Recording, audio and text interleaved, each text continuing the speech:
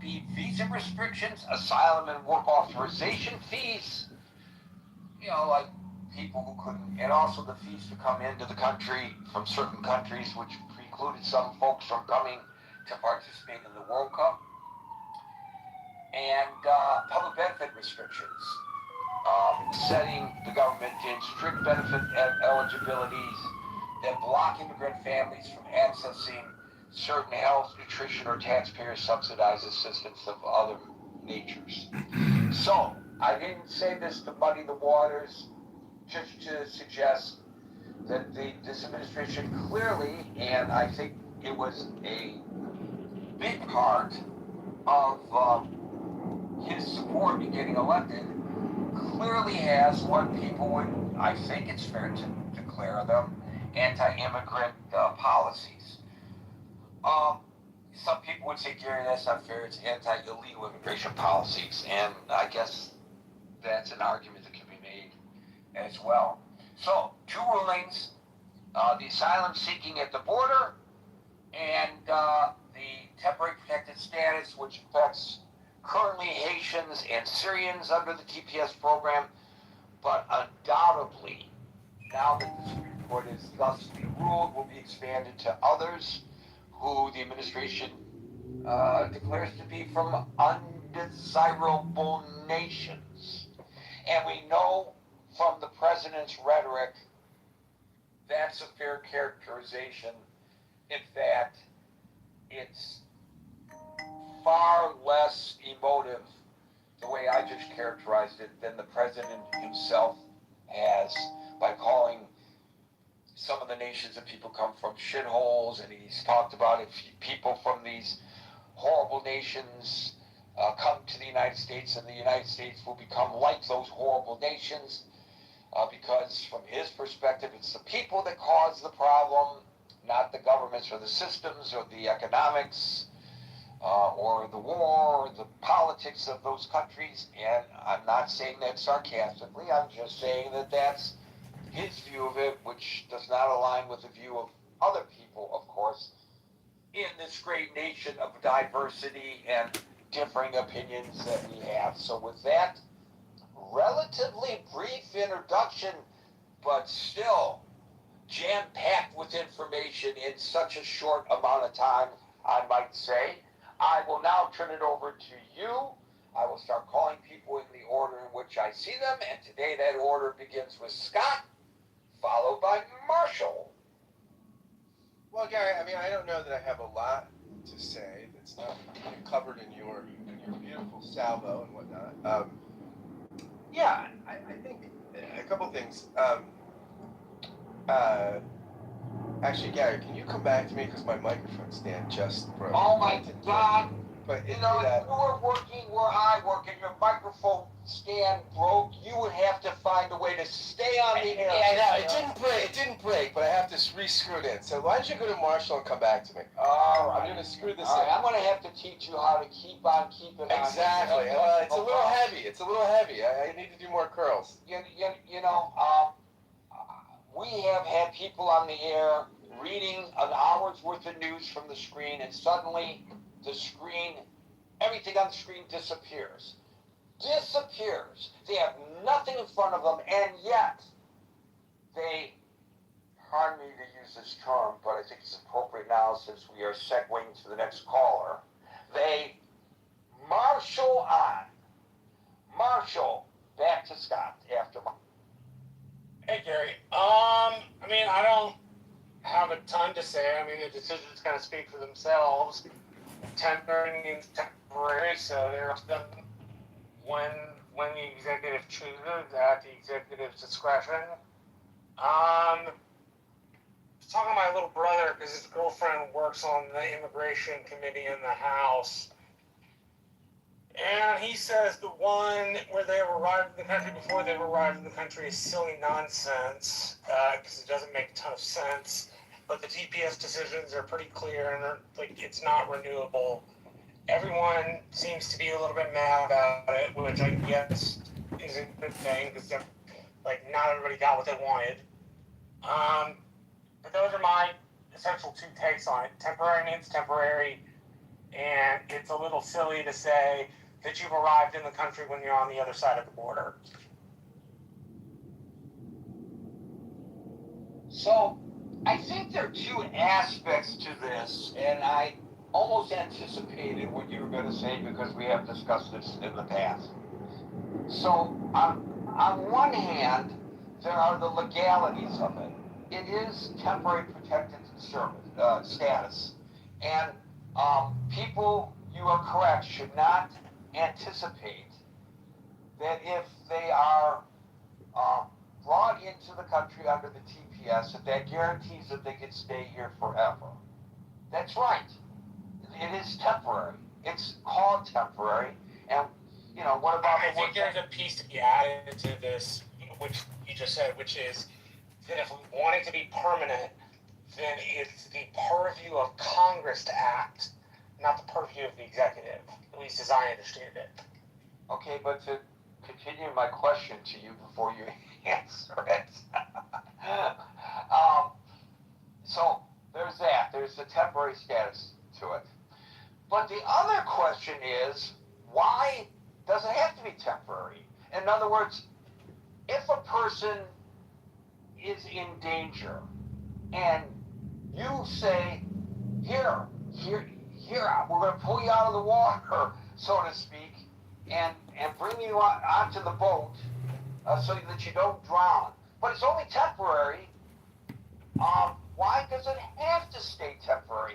Why cannot the government at its discretion allow the people to stay? Why did we allow them into the country in the first place to avoid whatever danger that surrounds them in their home countries, whether it's Syria or Asia or another country? And then the situation in those countries hasn't improved, and then say, well, now you got to go back. So, on the one hand, the law does say that it's temporary, but why can't, I think a lot of people feel this, why can't we just allow them to stay? A lot of these folks are in the country, they participate in the country. Okay, some of them eat dogs in Ohio. I'm saying that obviously facetiously. The people in that town say that the Haitians in that community are welcome. They're not degrading the community, they enhance the community. If that's the case, they're not a problem, but they're an enhancement to our society. Why would we logically, notwithstanding, of course, what the law says and the right to send them back, but why would we send them back? So two answers. One is my parliamentarian answer. I've been a parliamentarian in my local Republican group for a very long time. Those who are aware, parliamentarians are people like to enforce meeting rules. We make sure people don't throw chairs at each other for a really simple explanation in meetings, that it doesn't get to a screaming at you match. That's not what the rules say. That's just not what the rules say. The rule says temporary. And we want it to be permanent. Congress needs to make a rule. Until Congress makes a rule, it's temporary and at the discretion of the executive. And if the executive grows a wild hair up there behind, they have that right. If we want it to be permanent as a country, we need to make it permanent. We need to not take a law that was meant to be temporary and turn it into something permanent, because that's never what it was meant to be. The other piece to this, which is I think a little less important, is essentially, hold on a second. So temporary is temporary, right? And you can't do much about that. And if we want to change the rules, we need to change the law. The law is what allows us to do that. The other piece to this is, at least I think, and if I can remember it correctly, oh gosh. No, the second piece must not have been important. The first piece is the most important piece. The rules don't say that.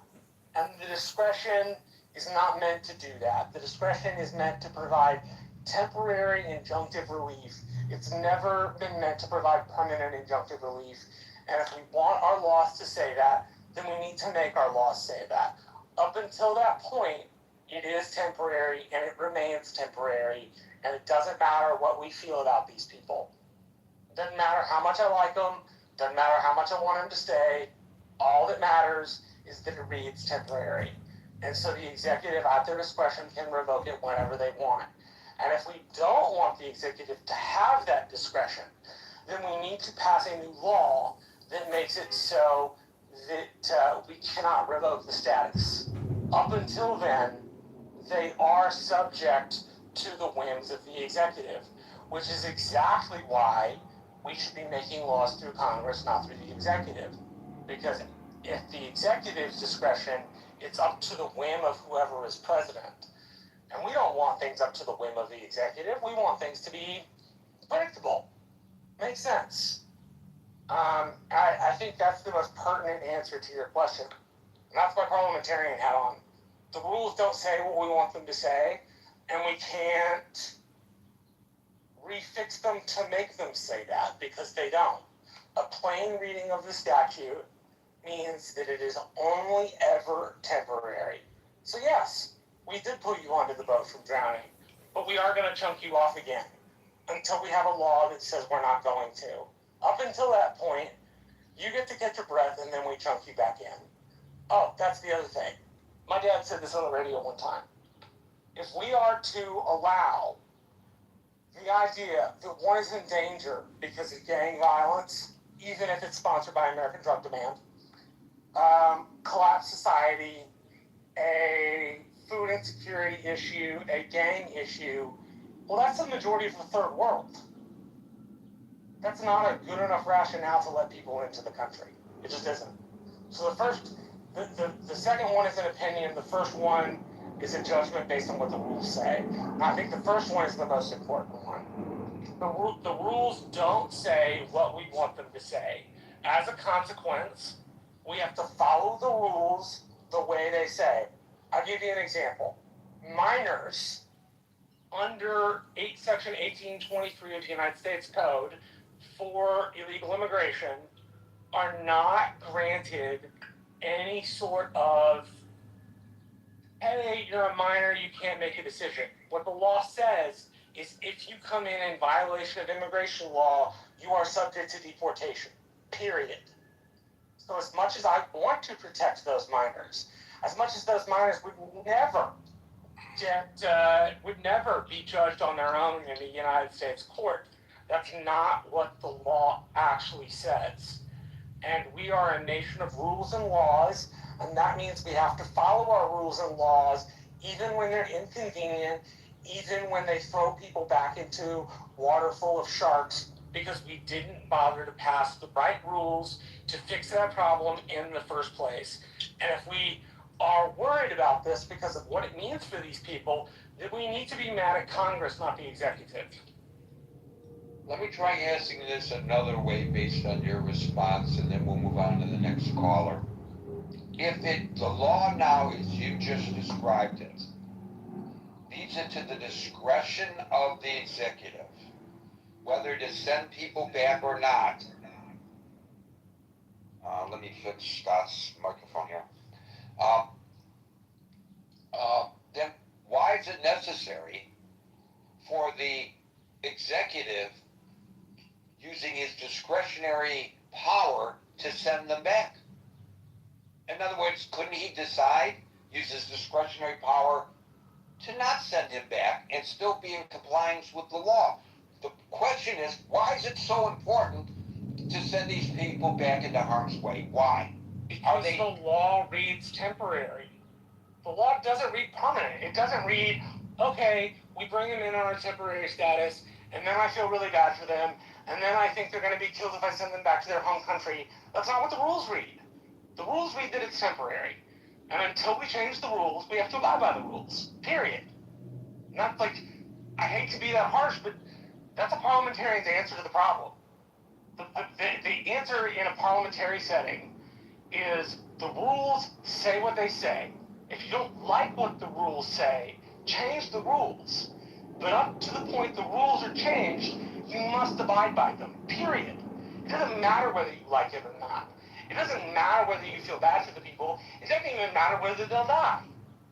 All that matters is that it reads temporary. and it reads at the discretion. That's what matters.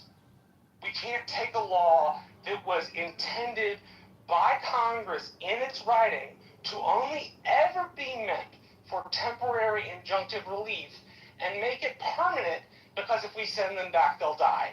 Again, if we take people from the third world like that, we're taking most people from the third world because that's the status of the third world. It's unsafe. It's filled with gangs. It's filled with drug demand. It's filled with violence. It's filled with poverty and food insecurity. And as much as I, as a Christian, feel bad for that, the rules answer is the rules say what they say. And you can't change that no matter what you feel in your heart. Because it's not a question about what's in your heart. It's a question about what the rules say. And if we're committed, which I think you can make a serious argument that the Trump administration is not committed seriously to the rule of law, that if you argue that you are committed to the rule of law, then you have no other option but to see it as temporary. Well, that's not true. You use the term discretion. You said it's through the discretion of the president. The discretion of the executive, yes. And I suppose if you meant to violate Congress's intent, you could make it permanent. But it was never meant to be permanent. It's the reason it reads temporary. It's momentary. And again, if we are to accept everybody who has a gang problem or a violence problem or a food insecurity problem or I'm not going to be alive because people don't like me problem, then we accept the majority of the third world into our country. And while I'm happy to have most of those people, because I'm sure they're great people, that's not a good enough rationale to let people in. It also would mean we'd be letting every Tom, Dick, and Harry in the entire world. And that's not acceptable either. Well, nobody's talking about letting everybody in. We're talking about the people who have been allowed. No, I get that. But what I'm saying is to qualify for TPS, it's not like qualifying for asylum or refugee status. Asylum and refugee status depend on political and religious persecution. Temporary protected status depends upon the environment in which you're in. So while I would prefer that the discretion of the executive be used to only send them back when they're safe, that's not how the law reads. It's at the discretion, which means if you have somebody like Biden, surely they could stretch it out into something that Congress never intended. But you could also have Trump who shortens it to something Congress never intended, right? There's got to be a Goldilocks zone somewhere in there. But the rules are the rules are the rules. And no matter how we feel about these people, if it's a question of rules, then you have to follow them. Well, if it's a question of rules, and you're arguing the intent of the Congress is that they could only stay here for a finite period of time. Why? Because the statute wouldn't have read temporary otherwise. Can I ask a question? You always jump on my question. You are hurting yourself because you're not giving yourself the opportunity to respond to what I'm asking you. So if that is in fact is the intent of the Congress, why did they allow the loopholes, so to speak? Because the rules also allow for the president to indefinitely renew TPS. A president can repeatedly renew a country's TPS designation for decades if the president feels that the country remains unsafe.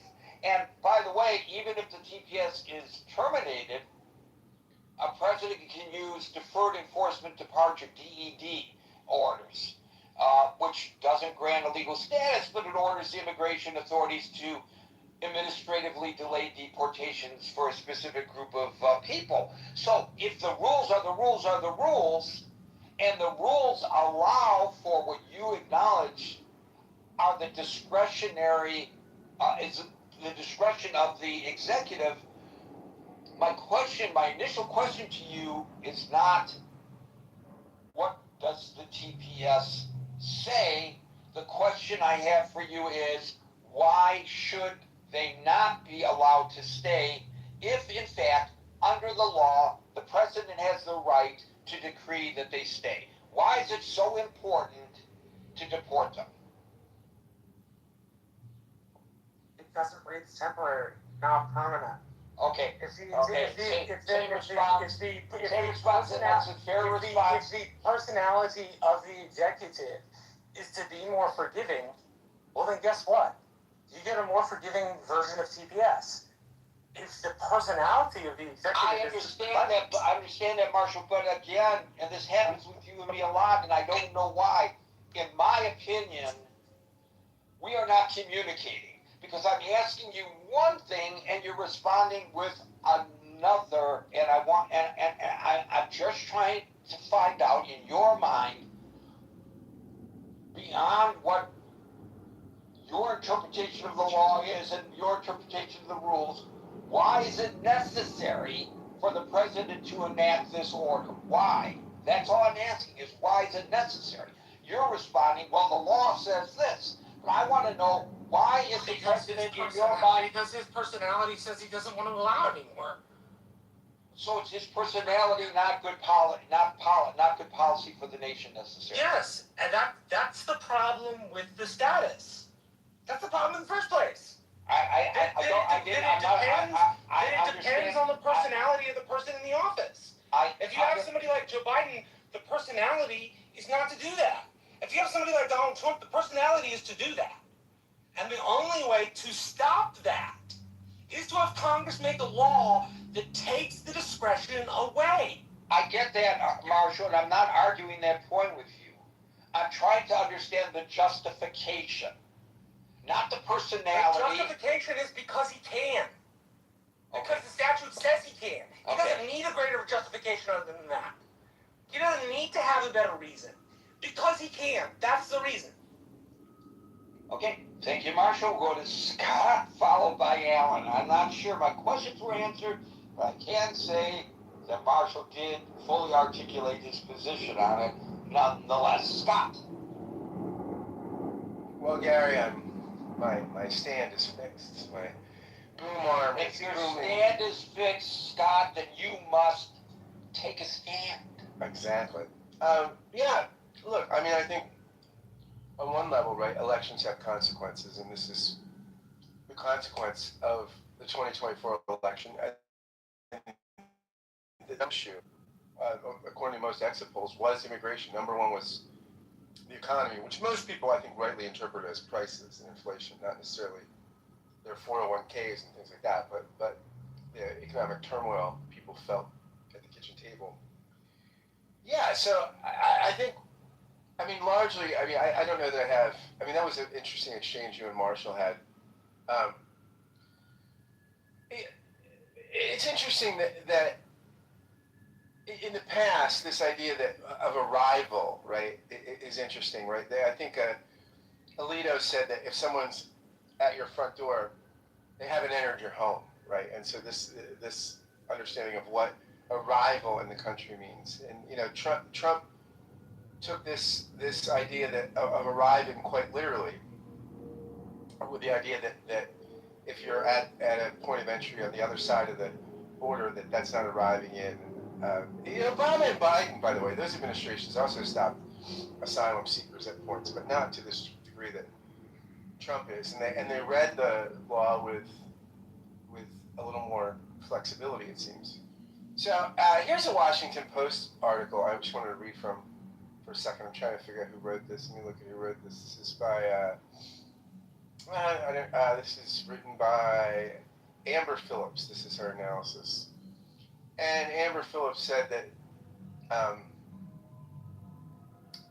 a group of migrants suing say they had a right to apply for asylum even if they were blocked by border agents from physically reaching U.S. soil. The conservatives on the court agreed with the Trump administration's literal reading of the law, while the liberals dissented, saying it ignores the history and context of the country's asylum laws, which were set up in the wake of the United States turning away some Jewish migrants escaping the Holocaust. The majority had strong arguments in terms of the plain meaning of the law, said Amanda Frost, an immigration law expert at the University of Virginia School of Law. But the dissent said, well, yeah, but look at history. Look at all the context of why we grant asylum, and those are strong arguments, too. That's, I think, what it gets down to on some level, right? We get down to this sense of literal reading of text versus contextual reading. things. And I mean, I understand my friend Marshall saying, well, this is what the law says, this is what the law says. But Gary, I appreciate your question, or your questioning. It doesn't really hurt. I mean, why the urgency to get rid of these people out now, right? Is it just slavish interpretation of the law? We have discretionary application of the law all the time, right? And this is part of why we do elect people. We elect people for judgment and discretion. And I mean, I hear what Marshall's saying, let's get all judgment and discretion out, or as much as we can by making the rule legislatively, which, on some level, look, I'm sympathetic to Marshall's. Scotty, it's not so much that, it's that if it's left to the executive, it's arbitrary. And stuff like that shouldn't be arbitrary. Yeah, well, I think on one level, I am sympathetic in that.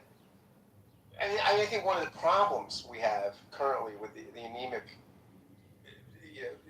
nature of the legislative branch is that we do govern we're governed largely by courts and executive orders. And then what happens is, of course, what's the first thing now every 4 years that happens? And then the first day of the term, of course, we see the president undoing all these executive orders, signing new ones and undoing executive orders, right? That's the big thing on day one of the administration, and that's probably excessive.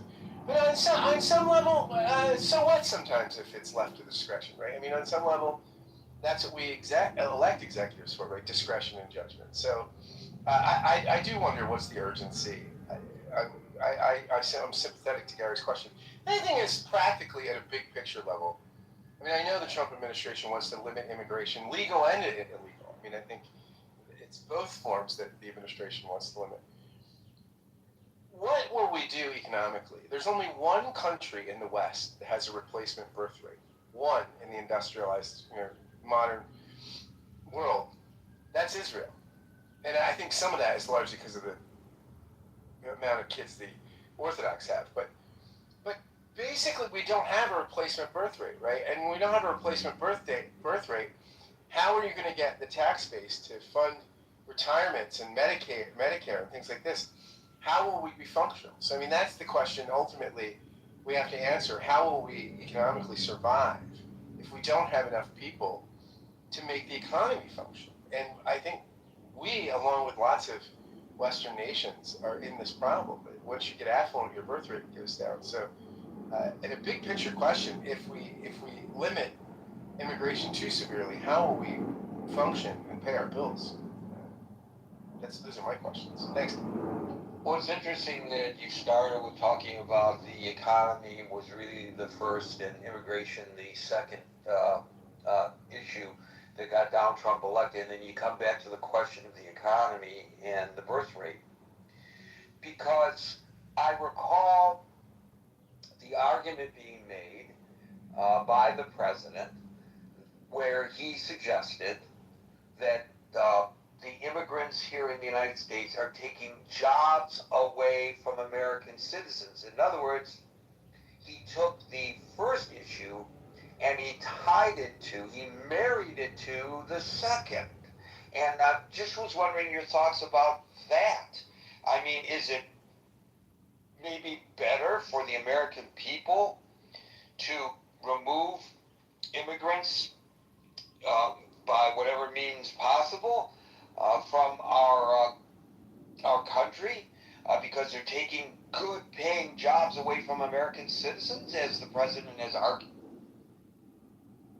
Well, look, I mean, I don't think that's the case. I mean, we've seen over the first year of the administration, some massive and aggressive deportations. Of course, the aggressive actions of ICE, which most Americans weren't sympathetic to, but weren't supportive of. But, remember the stories we were talking about when ICE was most aggressive, where in places like in California, crops were dying on the vine, that there were problems, that the deportations didn't suddenly mean Americans were doing all these jobs, right? I mean, I think natural-born citizens. I don't think that's a one-to-one correlation, right? I think there are a lot of jobs Americans just don't want to do and are unwilling, unable to do. And so, no, I don't think what's going to happen is now all of a sudden the deportations are going to create all these American jobs. I don't think that's happening at all, any more than the tariffs are creating this massive manufacturing surge in the country. It's just not happening. According to Fortune magazine, no empirical economic data and academic studies indicate mass deportations have created jobs for American workers. Instead, according to Fortune magazine, they have reduced overall employment and cost U.S. born citizens jobs. Now that sounds kind of counterintuitive. Here's what Fortune says. While the Trump administration has argued that deportation protect native-born workers by freeing up positions, major economic research reveals a different reality. A University of Colorado Boulder study found that enforcement actions actually reduced employment for male American-born workers without a college degree by 1.3% across key industries. Similarly, a Brookings Institution report calculated that ICE operations have cost the United States economy over 668,000 jobs, up to 297,000 of which were held by U.S.-born workers. Now, this sounds farcical. This sounds, as I said, counterintuitive, but that's what the studies show as reported by Fortune. And by the way, I just looked this up based on your comments. I didn't come loaded with that today, Scott, and had it revealed otherwise, I would have read that as well. Yeah, I mean, I don't know that it's completely counterintuitive, right? In that if the deportations cause an economic depressive move, right? If companies are less functional, have less revenue because they have less employees because they're less viable, and these things. I mean, I can see how that costs jobs and things, right? It's a sort of meta economic trend, right? This move of the mass deportations has a deleterious effect on the economy, right? Which when the economy slows, you can lose jobs and things like that. It makes some sense to me as you read. Thank you, Scott. Let's go to Alan, followed by Steve. Which Alan? Me, Gary? If your name is Alan. Well, last time I was confused because I couldn't see this app. It's not cooperating. I wasn't seeing the other Alan, so I jumped on the mic. Well, I'm an immigrant. Maybe you guys not gonna want to hear my point of view because immigration totally changed. This is not the way it used to be. Maybe we have too many laws, so I don't know how it is, but I'll pass it on to you. Your wish came true, Gary. Because I heard the ding of the door, and as I always say, Alan, as much as we appreciate your contributions, we want you to be able to be successful in business, and that comes first. Folks, as I move on to Steve, followed by William, you will note there are no other hands up. This is going to be an extremely short gathering unless more people raise their hands. And I really thought that more people would have something to say about this one, frankly. Steve, followed by... Hey, Gary, how's it going? I am good. How are things in West Virginia? Well, they're all right. I'm recovering from surgery, so... Oh, I'm sorry in to hear that. I hope you're well now. Yeah, I had it done yesterday, but everything seems to be progressing pretty good. See, this is a guy who knows that his contributions to this forum are so important that he gets out of the hospital, and what's the first thing he does? He jumps up on the stage at the Critical Thinking Forum. People can learn from Steve's example. I hope you're well. Oh, dedication. Dedication. Better dedication than death. Well, that's a good way to start. Gary, I think with this issue, I think it's multifaceted, actually. And I think we can begin with one thing that should be common sense. And I think we stray from that a little bit. And the common sense part of this is immigration in whatever form it comes in should be for the betterment of the country that's receiving immigrants. It shouldn't just be a wild oscillation of pick your pick your poison on what you're going to base it on today, or let's open the borders and let everybody and his brother run in. It creates confusion. And I think the beginning of the Biden administration can kind of like be correlated to what we're seeing now. We had such a uncontrolled influx of people coming in that I think that 2024 was a reaction to that. I think part of Trump's policies are a reaction to that. Now, you know, what Marshall was talking about, I think has validity. You know, you cannot import people and allow anyone from any place on the earth to just be dropped off in the United States and say, go ahead and have at it.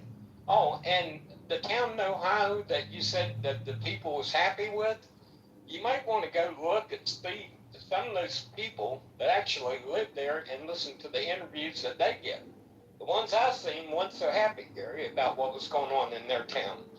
They talked about housing being shot up, the rent, they couldn't rent places. They talked about people not being able to drive correctly on American roads. The mayhem that they described was not happy, in my opinion. But anyway, that's a side issue. But, you know, like I say, I think the first thing you have to do is get some kind of organized control. And, you know, asylum seekers, I was just looking this up. People that present for asylum, when they finally get to court, what's the rejection rate of asylum claims? Well, the estimate's anywhere from 80 to 93%. What does that tell you? Our asylum system is being abused. So we got a multitude of problems in immigration. We got reaction and we got counter reaction to policies, but there's no sanity in it. And, you know, Marshall articulated this well. There's trouble all over the world. Are we just going to import anyone that says they got trouble in their country? Look at what happened I think it was this week or last week. The British government, after years of hiding this, finally released a detailed document onto these gang rape gangs in Britain. And they're talking thousands of women that was abused and raped by organized gangs from immigrants that come from outside the country and thought it was just fine and dandy to go ahead and do these local girls this way. Now, obviously, you had a culture clash there of some kind. There had to be. I don't know anyone in our culture or in the British culture thinks it's okay to organize 10 or 12 guys to go out and lure girls in and gang rape them. So there's a multitude of questions that we don't ask ourselves before we delve into this.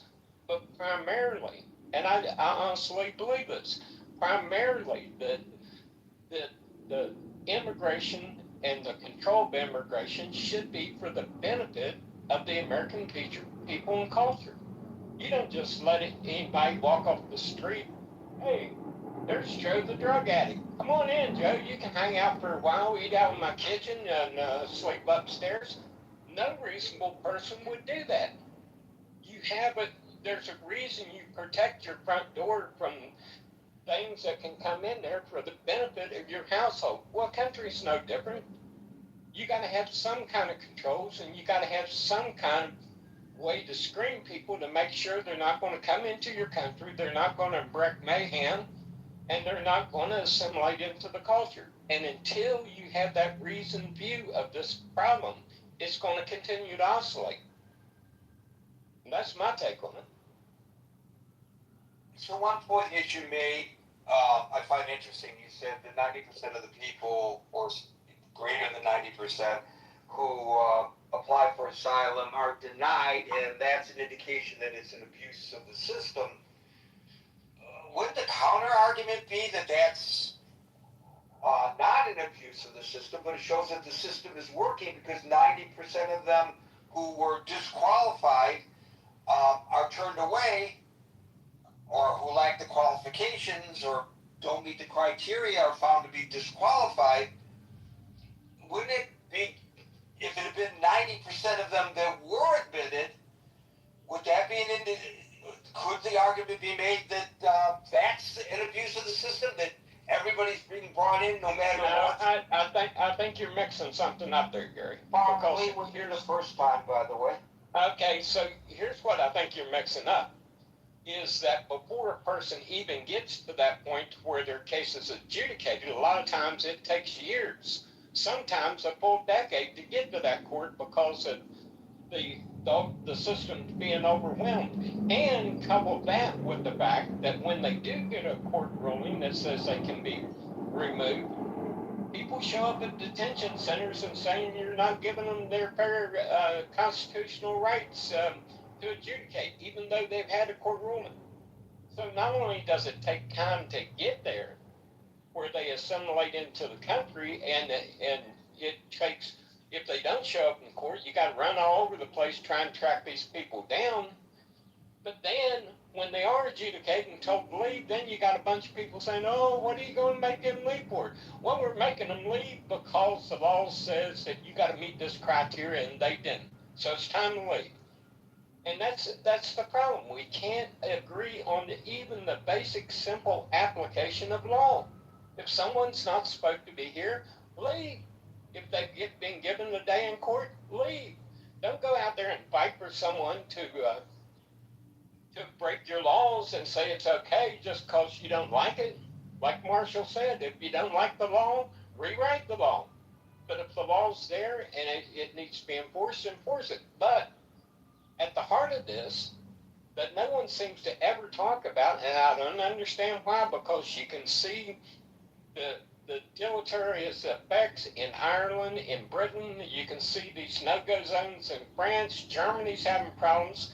Not everything assimilates good and is beneficial for a country. So you need to be cognizant about what you are doing. Immigration should enhance a country. It shouldn't degrade it.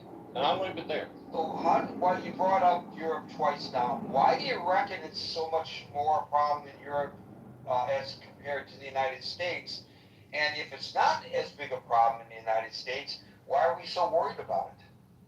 Well, I think Europe, what you have in Europe is smaller countries with smaller populations, and you have a more open border policy that's flooded probably more of the country than is proportional to us. That doesn't mean that if you drink 10 ounces of strychnine, it's bad and it won't do something to you versus drinking 1 ounce. No, strychnine's bad for you. Don't drink it. So if you have a policy that is detrimental, don't do it. It's like taking poison. Yeah, 10 ounces is probably going to kill you, but ounce might put you in the hospital. But why in the world do you want to go to the hospital? Because you're deluded and delusional. That's all I can say. Thank you, Steve. We'll go to William, followed by Just. Hey, everybody. My preliminary look at this opinion, and I didn't read the opinion in great detail, but this is more about, it's not about the merits of immigration, and I think that justices are less concerned about immigration law and who gets to come and who gets to leave. They're more concerned about the expansion of executive power. And the justices have the power to expand executive power and, for the time being, contract the power of the lower courts to make decisions contrary to whatever the president decrees. And that will stand until the Supreme Court gets around to deciding that they want to expand judicial power, and they'll do so when they want, because the court, they're in there for life, and the majority can do what it wants. So a lot of the speakers before me were talking about, well, yeah, we have to rely upon the legislature, and there are no other ways to deal with what the Supreme Court decides, because rules are the rules. So there are other remedies, and one other remedy that is provided within the Constitution if the Supreme Court just is no longer concerned, if the people feel that the Supreme Court is no longer really concerned about justice in cases, and they're more concerned about manipulation of executive power or judicial power, the people have the power to impeach the Supreme Court justices themselves.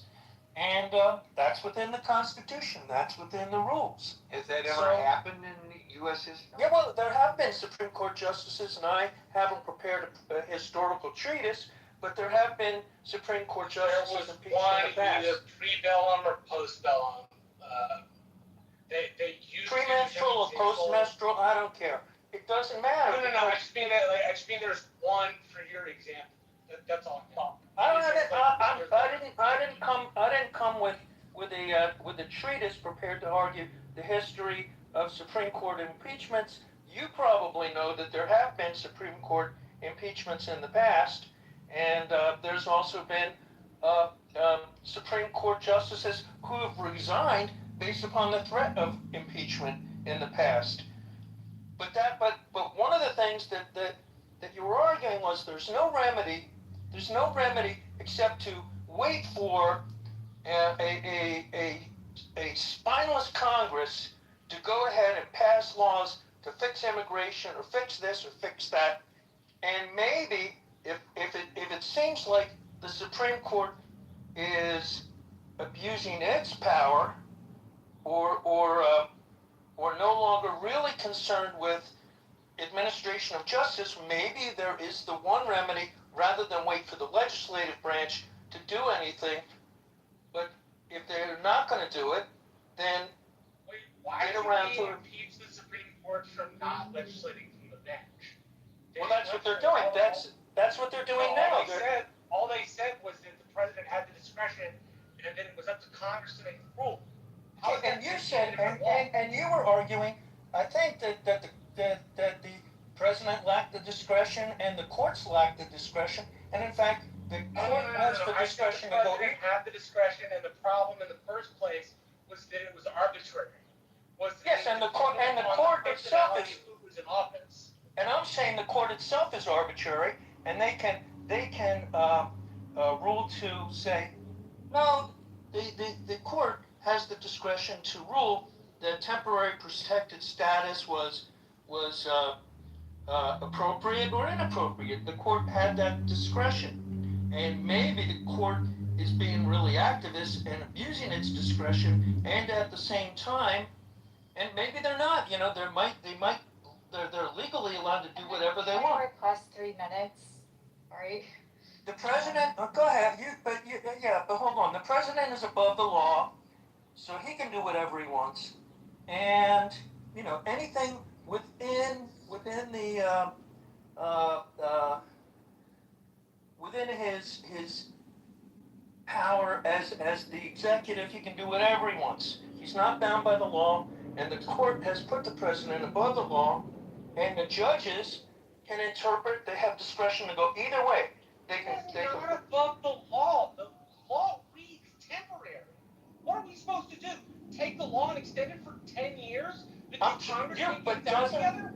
Are you saying that the justices lacked the discretion to allow these people to say? What I'm asking specifically is, what are they to do? Extend temporary protected status for a decade or 2 decades?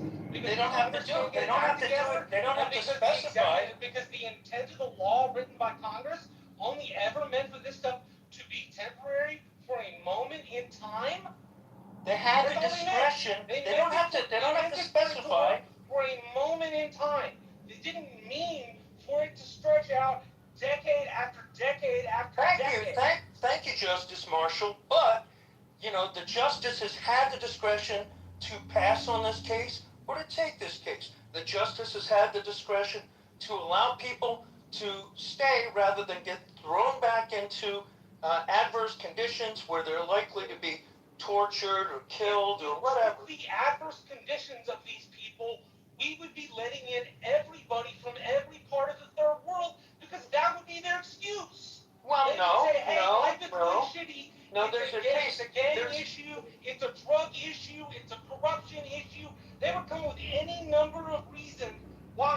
temporary protected status should apply for decades on end. But that's not what was in front of the court, was it? Wasn't there, didn't the court have the discretion? Didn't the court have the discretion to take the case, not the case, to allow it to stand or not allow it to stand for this case in controversy, these particular litigants that were before the court? Yeah, sure, the court had the discretion to do that. They didn't have to make a blanket rule to say, no, the president now has expanded executive power, and the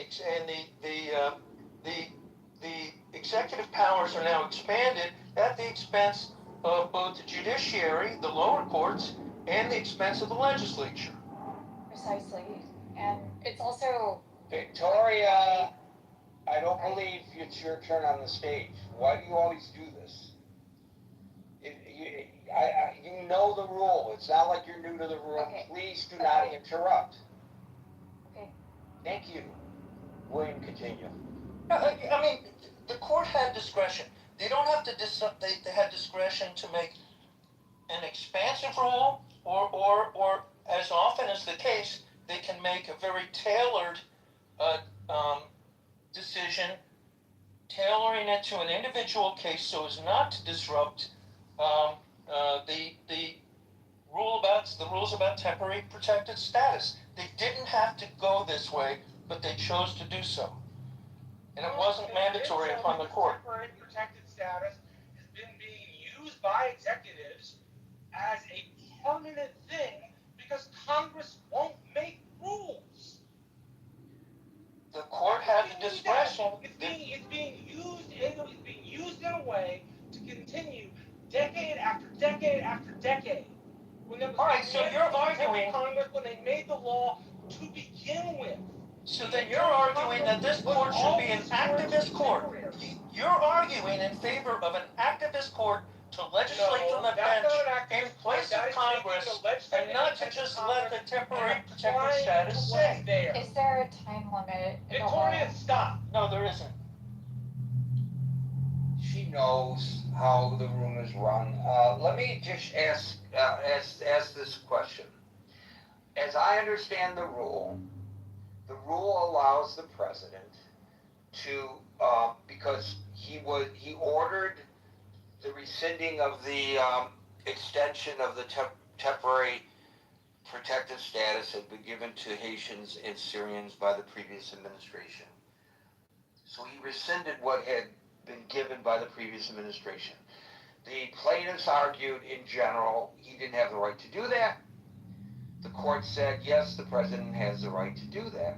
So in fact, does this not, by extension, give future presidents the right to extend temporary protective status indefinitely at least through their term of office if they want to? In other words, the court actually has enhanced the ability of the executive to make this determination absent any action by the Congress. So it could work both ways. Absolutely. The argument that, well, it's what part of temporary do we not understand? But it doesn't matter because the next president could suggest, well, it doesn't matter if it has temporary status. The court ruled in this case where Trump was the defendant that the president has the discretionary right to make these decisions. Now, I may be interpreting this wrong. That was the point I was trying to make, that what this case is really about is the expansion of executive power until the court says otherwise. Right, and so I understand, Marshall, your argument, but doesn't this potentially work against your argument when the next president takes office and says, let's open things up again and bring more people in and let them stay beyond the prescribed amount of time that the TPS allows? We'll extend it and extend it and extend it, and they can stay as if it was a permanent protective status. It gives the president that authority, I think, if I understand it right. And if you have multiple... So I'm going to rely on William's interpretation here. I understood the legal points I made up to the point I made. I don't understand. To be frank, I don't understand past that point. I understood what I said, or I wouldn't have said it. So if William, is your interpretation that this gives the executive discretion to go either way? Yes, and it Well, expands. I'm going to rely on William's interpretation. No, and Marshall, I don't disagree with your saying if this was strictly about the merits of immigration or not immigration, this case could go either way. But and they do have discretion to go either way. But I think that the underlying issue in this case, the one that's going to have greater consequence for a longer period of time, is the expansion of executive power, the expansion of the unitary executive. And if that is what we go with as a country, then if you have a Democratic president or some other species of party president, and the parties morph and change, you can have expanded executive power that goes on for a long time, that goes contrary to what the legislature says or contrary to what the court says. If they say no, the court is restricted in their own power to do things. Thank you, William. Yeah, I think that helps clear things up because a precedent has been set, is what I am basically suggesting here. Before I get to Dr. He, I just want to explain to those who are unfamiliar with how this room works and who may be a little confused about a little sidebar interaction that just occurred a few moments ago. We speak one at a time on the stage, and people have to wait until I call them before they can speak, with the exception of myself or a moderator such as Marshall. We are allowed to jump in, but other folks are not allowed to jump in, and that's just the way we roll, and that's why we had that little interaction with a person who has a propensity to interrupt no matter what the discussion. Doctor, followed by David. Hello, Gary. Nice to hear your voice. No, it's nicer to hear yours. Yes, and Europe is going through really very hot heat wave, and I hope we survive. Okay, as far as I understand, most of the countries, please correct me if I'm wrong, with respect to my understanding about the law and the courts. Incidentally, my brother would be in a week or two, he will be one of the High Court justices in India. So through him, I have learned a few things. One is the courts are the places where you can go and then get the conflicts clarified, on conflicts to be sort of somehow resolved. So the courts are supposed to interpret the law, and based on the interpretation of the law, they have to decide on the government's action, the individuals, whatever that is, that comes to them.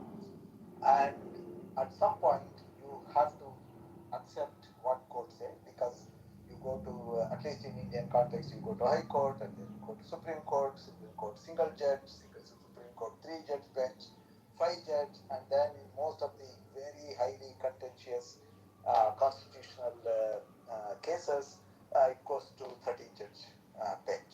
After that, you cannot do much, unless otherwise all the politicians, they decide, and then they enact an amendment to the law, or they change the law.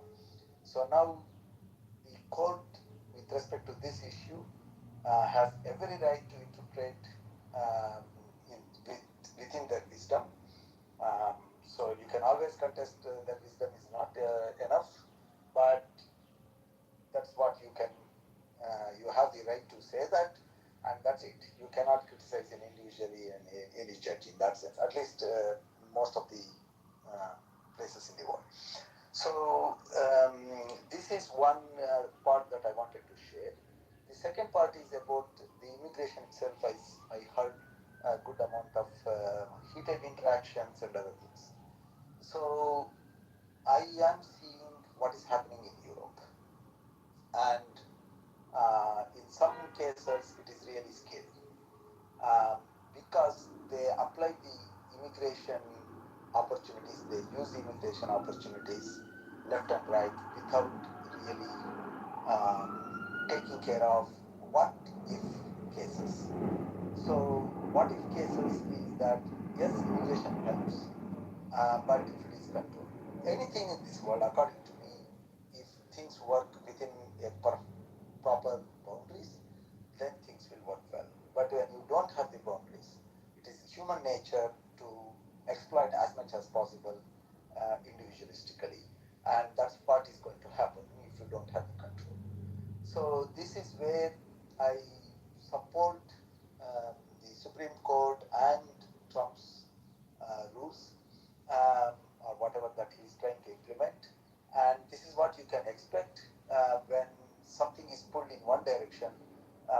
It is the nature of the society, nature of the humankind to pull in the other direction, almost with equal force or maybe even with higher force.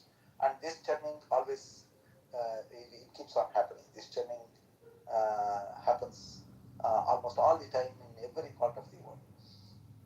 Second thing that I wanted to say is that yes, you admitted some people because, for example, in the case of Syria, there was a lot of unrest. You wanted to be helpful, humane, so you admitted.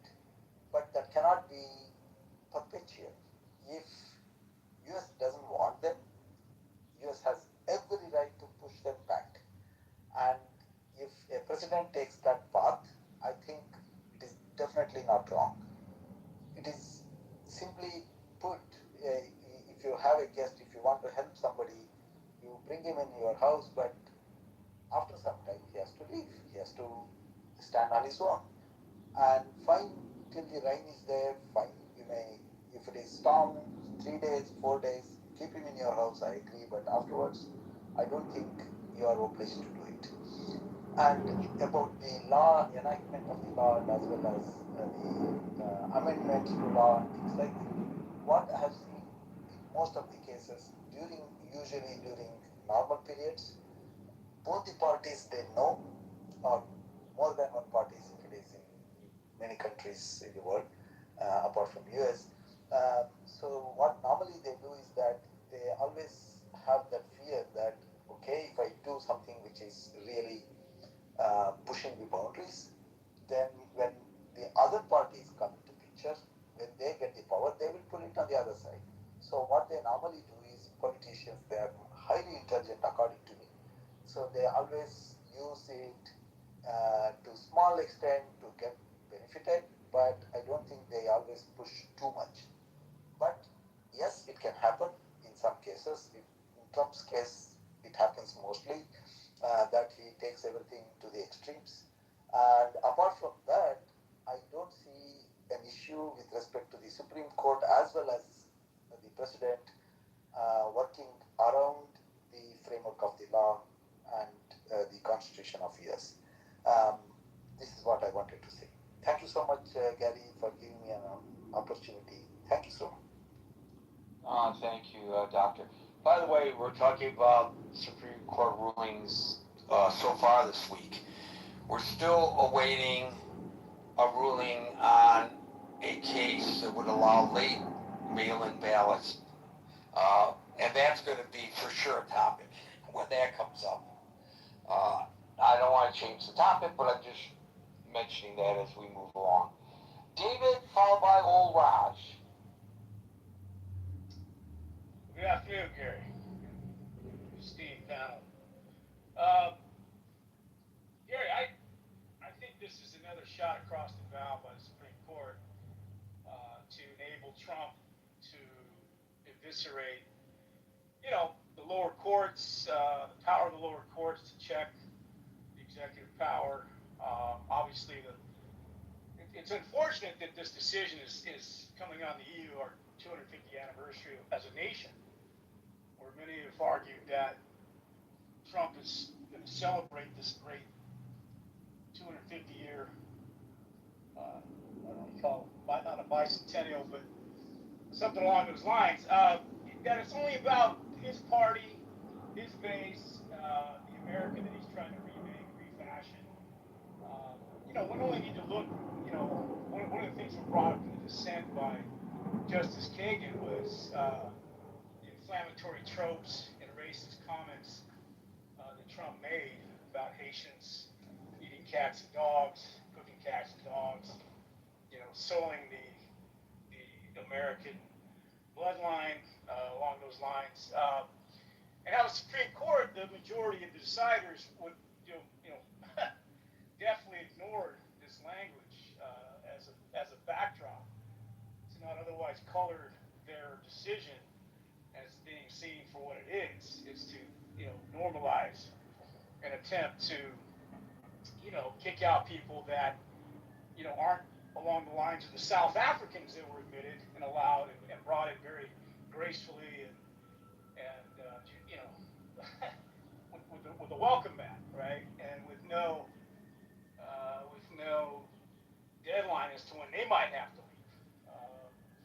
So we have these optics theory that are very disturbing as our nation goes towards its 250th anniversary. I think what this also opens up the door for is potential Supreme Court reform. These decisions, they're within their right to rule this way. But are they overreaching?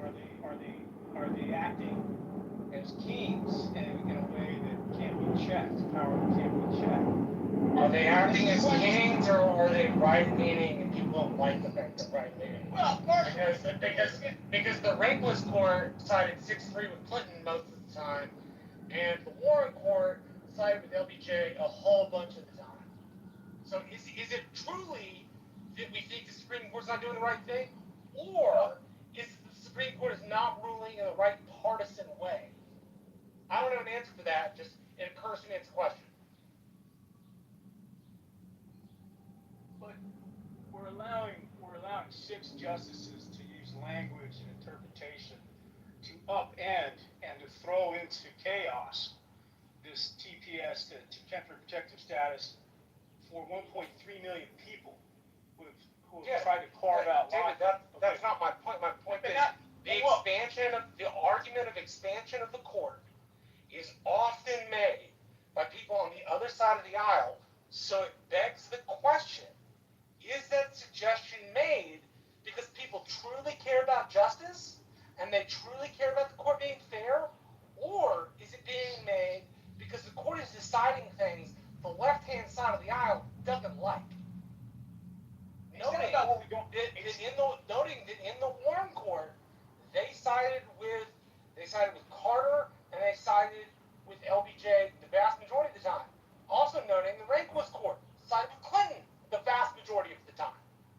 Noting that the justices have done that in the previous 2 iterations of the court. Is it really about justice, or is it just about partisanship? So I think Marshall makes an excellent point, because I am old enough to recall during the Clinton administration the complaints, and I can recollect some of the complaints during the Warren court as well, that the court had been politicized, and there were a lot of complaints about that they were voting or deciding along partisan political lines or ideological lines. But back then, the complaints were coming from the conservatives, and the liberals were quiet. Now, the complaints are coming from the liberals, and the conservatives are quiet. So I think there is at least a perception that presidents tend to appoint justices who are going to rule generally favorably to their political ideology, and that their voting record will transcend their time in the Oval Office. Whether that perception is a reality or not is another story, but I think that perception is there. Would you agree, David? Yeah, perception is there, but it's the import and it's the optics of what these guys are deciding in a way that is reflective and emblematic of the racial animus in this country. You mentioned the Warren Court. The Warren Court was tasked with remedying 200 years of white supremacy in the case of. So it's okay for the Warren Court to be political because they decided in a way that was beneficial to civil rights? I'm saying, Marshall, when you have No. Hold on. Wrestle with that. It was okay for the Warren Court to be partisan because they decided the right thing on civil rights. I'm saying that the Warren Court had to remedy, and they did that with a 9-0 decision. Not my question. My question is it viewed that the Warren Court's politicization was legitimate because they fixed problems that were clear in the country? That doesn't erase the politicization of the court. It simply makes it okay because the court decided something they needed them to decide in the affirmative for justice. It wasn't political, Marshall. It was legal. It was I would beg to differ. If my grandmother and my grandfather and my great uncle were still alive, they would have a lot to tell you about how the Warren Court was political, which is exactly my point. This always comes across as it's okay when the court is liberal. It's okay when the court decides things in favor of the party that is on the opposite side of the Republicans. But the moment the court decides things on the right-hand side of the aisle, the moment the court decides to be more conservative, all of a sudden it's illegitimate. That seems to me to be a political issue, not an issue of justice. I would challenge, excuse me a second, David, I'll let you get on with your point. Marshall, I would challenge your perception. Yeah, where did I get it wrong? Okay, I would challenge your perception that it's only complained about when it's a conservative court. As I just mentioned, when it was a liberal court, there was a lot of screaming and hollering by the conservatives. Yes, sir. Right. So, yes, sir. So I just don't want to leave the audience with the impression that the only time people complain about it is when it's a conservative court. Not at all. It's definitely been on both sides of the aisle. In the same way that the Electoral College is supported by the Republicans today and denigrated by the Democrats today, but was denigrated by the Republicans in the 1970s and supported by the Democrats at that point. Absolutely, you're 100% right. So I just want to help David here a little bit through your objections. And David, please, if I'm misrepresenting this, please correct me. But my understanding is what David is suggesting is that what's happening now transcends simple political ideology, because a previous court corrected wrongs in our society, but those wrongs that were corrected are now, in other words, the rights that were given to people, which they should have had anyway. I think David's argument is that they're starting to be eroded by the current court, and so that would say the precedents, the pattern that was set by previous courts is being being obviated today. David, is that basically what you were saying, or did I get it? No, you got it right.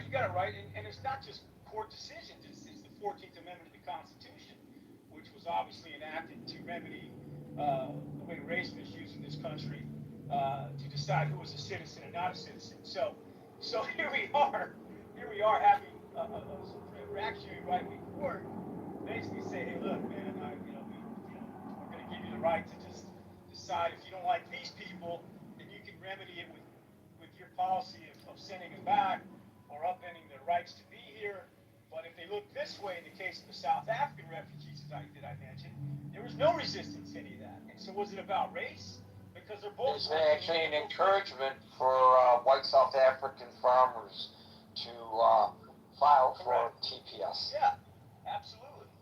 So it's not about this argument that we don't want people coming here and fleeing their problems per se. It's about what these people look like, in my humble opinion. And we're trying to, I mean, you just take the ICE policies, take every policy that's been enacted, take the dismantling and the gutting of DEI, affirmative action, the way Hegseth has gone in and he's redlined his own promotions and taken down, long-standing, committed generals and colonels and whatnot, and he's taking those folks out, and he's claiming that they got there because their race got them there, not because they were qualified. So I'm just saying. Let's not conflate this with the jurisprudence. I feel like you're conflating the two. It's all part of the same thing, Marshall. No, it's not. One is Hegseth being a jackass and a racist. The other is the court's legal rationale, which is entirely different than what you and I think of Hegseth. I agree with you. I think Hegseth is terrible. I think Hegseth shouldn't be in office. I think what he's doing to the military is wrong. It smacks to me of Woodrow Wilson resegregating the federal service. But is that what the jurisprudence actually says? Because if it's not, then that's not the point of the case. The point of the case is what the jurisprudence says. I think, if what you mean is, and this is, I think, the strongest point on your side, if TPS was meant to throw out the Haitians and the Syrians, but not the white South Africans, then there's obviously a legal issue. And that I agree with, 100%. The fact that the white South Africans were given TPS and it wasn't condemned in the same way that the Syrian or Haitian TPS was condemned is absolutely wrong and is a legal issue. But as a matter of what the court says, we have to deal with what they say, not what we wish them to say, I think. So, it's actually beyond not condemning, it's encouraging. Remember, this administration has a policy of discouraging Haitians from being in the United States, and a policy. I couldn't think of the right word. Yeah, and the policy of encouraging white South Africans from coming to the United States. It's and I think this is probably the genesis of David's discomfort. Well, it's that, and it's obviously,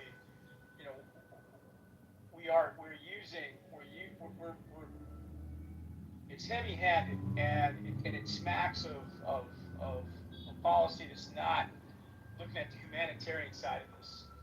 Okay, there's an easier way, not an easier way, but there's a better way to address this rather than throwing 1.3 million people into legal limbo. From countries, I mean, I don't know how many of you have been to Haiti or not, but I haven't been there either, but I have a buddy that did 10 medical missions to Haiti, and he's risked his life many times to go over there. And he said, Dave, man, these people are, I mean, they're fighting by the skin of their teeth trying to survive here, and it's unfortunate because Haiti was one of the first revolutions to beat back slavery under Toussaint Louverture against the French. And they were in line with our revolution, except they were. Yeah, wouldn't you agree, though, that it shouldn't be arbitrary or capricious? And that by leaving it to the executive, it becomes both arbitrary and capricious? Because I say this because it depends on who's in office. Right? When Trump's in office, Trump's a hard ass. He's not gonna let these people stay, even though you and I both believe they should. I believe what you believe here. I believe they should stay. I don't believe we should chuck these people out. But if we don't want it to be arbitrary, and if we don't want it to be capricious, then we have to find a better way to make rules. And the only way I know of to make those rules in a better way, well, the only two ways I know. Because William brought up an option which I don't agree with, but it's an option. Impeachment of the Supreme Court or Congress making another law.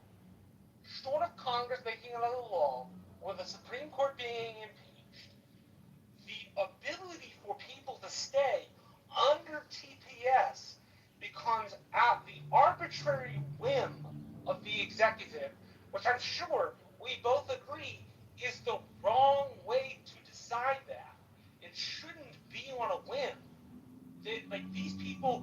have some sense of certainty when we bring them into our country. They should have some sense that they will be safe and that we will not chunk them back to the wolves. But until the Congress makes a new law, or until we impeach the Supreme Court and get new justices, then it's arbitrary. And I don't know what to, I don't know what to do about that. I don't know how to make it arbitrary. Well, you got to remember too, Marshall. Biden had a comprehensive immigration bill that Congress was willing to pass, and the Republicans were willing to support it until Trump. No, some Republicans were willing to support it. Neither of my senators were, and you know very well why they weren't willing to support it. We don't need to rehash that. Well, I'm saying that the attempt was still lampooned. So instead of getting a president today under Trump putting forth good ideas that keep these people here, he's doing the exact opposite. He's using executive power. He's using the power of Homeland Security, Department of Justice, ICE, and the like to abuse and run roughshod over these laws. And that's why they were challenged in the court. And then it arrives at the Supreme Court's doorstep, and rather than saying, looking at the landscape of America and say, hey, this is America that's not ever going to change again. We're never ever going to make America white again. Let's find a way, or maybe they throw it back to the lower court. Instead, they just gave Trump more free license to do what he's doing. So, that's where we're headed. The only reason is, how do you make that into a hat? Make America white again. Mahwa? Mahwa? I don't know how you do that. Mahwa. I gotta get me a red cap and see how that looks. All right, I'm done. Mahwa. Mahwa. Make Mahwa. America white again. Mahwa. You know what? I mean, Maybe I will get me a red hat that says good. Mahwa. Mahwa. People say to me, what's that mean? And I say, it means make America white again. And I know everybody on the subway in New York, when I answer that, are going to cheer me for saying that. Yeah. I will be viewed with adulation for being a trailblazer. Make America white again. That's a good one, David. Thank you. All right. All right, I'm gonna order that cap right now. Do you want one? Yeah, give me two. You want two? Yeah, because you got such a big head. You need two. Thanks, David. Old Raj, followed by Agent. Good afternoon, gentlemen. Interesting topic as always. I have a question that I really want to focus on. What's the next step? Are we going to go door to door and remove this 1 million plus people? Is this going to be our government going again with masks and helmets and batons and just beating the crap out of Haitians to get them out of here? And if you're a Haitian, are you going to accept this, or are you going to say, shoot me? I'm not going back. Or do they go completely underground? I want to know, what are the logistics of the next step? Well, I certainly hope the logistics of the next step involve a lot of shoe leather. In other words, that they would investigate and find those individuals who have overstayed, do proper investigation, find out where they are, get warrants to enter the property, and properly detain them, just like you and I enjoy protections under the Fourth and Fifth Amendments, the Fourth Amendment in particular in this case. Rather than, oh, there are a bunch of Haitians having a barbecue, hopefully they're not barbecuing dogs, obviously, and let's go just round them all up and sort it out later. Now, that sounds extreme and nonsensical, but that's exactly what they were doing earlier, and they may still be doing in some parts of this country. They certainly did it in MacArthur Park in Los Angeles. They certainly did it in Minneapolis and St. Paul. They just grab people because they look like they might be somebody in the group that ought to be targeted, no matter even if they were U.S. citizens. You raised a very important point about civil liberties. And of course the court did not address that specifically, but geez, I wish it would. I mean, actually, I think there was a Supreme Court decision that upheld that practice. I have to look that up, but I'm pretty sure, Raj, there was a Supreme Court decision that upheld that practice that you're finding so concerning. I mean, didn't several of these immigrants have children? Now, how are you going to deal with those? Is this another Well, document? now there's another interesting point. So, to my earlier discussion with Marshall, and my question was, well, why? Why send them back? So, if a person comes in the United States under TPS, and they have little ones, who I guess, even though they're trying to get rid of the birthright, right now are U.S. citizens, but they want to get rid of that too, this administration. Don't we have? Are you gonna? What's your choice?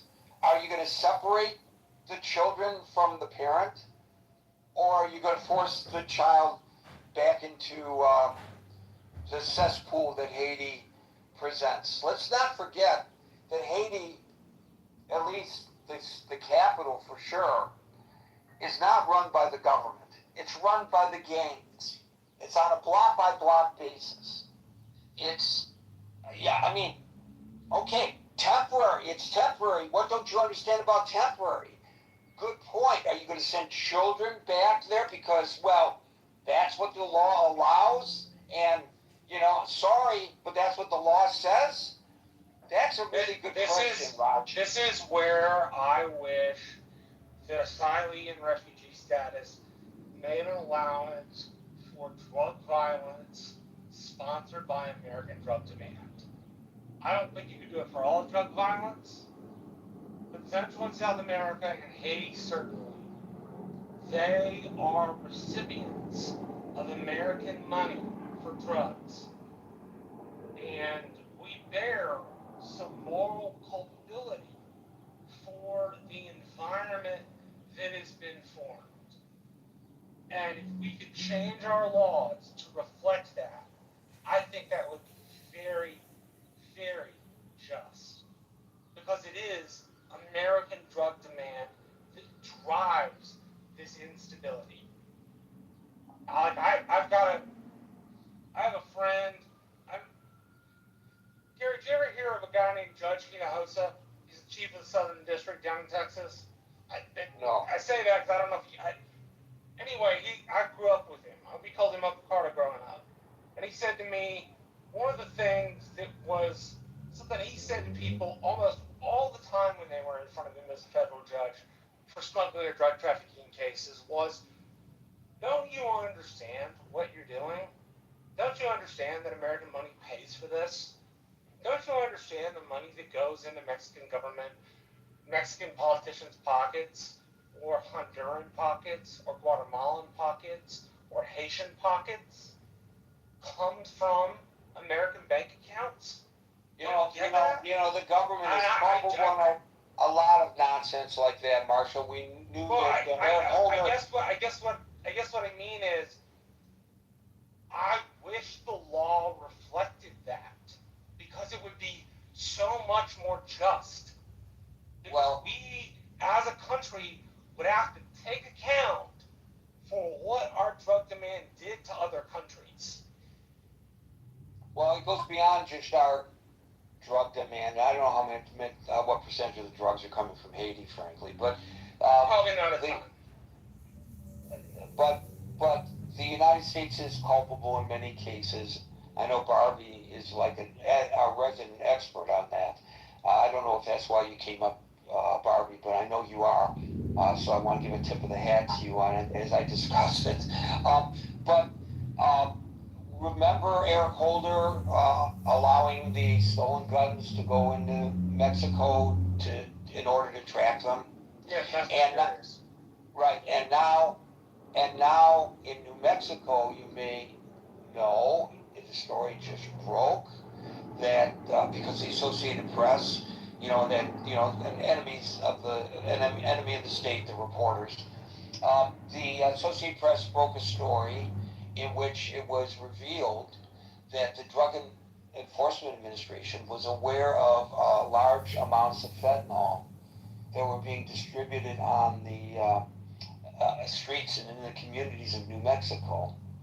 But even though they were aware of it, they did not take enforcement action because they wanted to follow the trail and get to the the big drug dealers.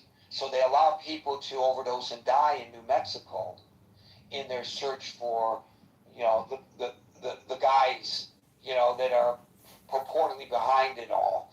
And the governor of New Mexico yesterday announced a lawsuit against the DEA for that because failed to protect his community. And I think that's going to be a very interesting one. But the point is, a lot of these problems that cause people to come to the United States under temporary protective status, the conditions that they are in are a result directly of U.S. policies. The regimes that we prop up for whatever moment of convenience that we have, the way we look aside and don't pay attention to the treatments of the people. Look at how before he became our enemy, and the reason he became our enemy had nothing to do with really anything that happened there. It was an excuse. Saddam Hussein. Shouldn't we be culpable for that? We are. We I should know, be I culpable know for we're that. not legal. I know we're not right? 'Cause it's not legal. You're underwater. You're underwater, Marshall. You're underwater. But so many, look at Noriega. He was our guy until he wasn't. There's so many in recent history. And then when the people from these countries seek temporary protective status, we say, well, you're allowed in here temporarily, but we're going to send you back, and that's your problem. We have no culpability in what's happening in your country. I don't know. A lot of people are big on borders and how important it is for us to maintain our way of life and not allow people from other places to have influence on how we operate, and I think there's substance to that. I think of John Lennon's song Imagine as well, though, and I know this is utopic and unrealistic, but imagine if we were one community of human beings, if the borders didn't matter, if the governments didn't matter, and we were as concerned about our fellow human beings in Haiti as we are about our fellow human beings in Texas or in New York. Just imagine if that were the case. Would we be better off? Maybe not, because that would presuppose no borders, etc., etc. Or maybe it just presupposes an attitude change. I don't know. Not the topic of the room, but I think it's kind of related. Raj, did you have more? Yeah, one quick one and I'll pass. Don't we have a DACA case coming up this cycle too? Yes, we do. So that could be a large part of this as well. Yeah. There. I think we're going to be discussing Supreme Court decisions over the next several days. I think Monday will be the next day that they come. Monday they should dump the birthright and a couple of other things. The voting thing too. So. Yeah, because they're gonna they'll go on break in July, recess in July. So I think July 1st or 2nd they're in recess.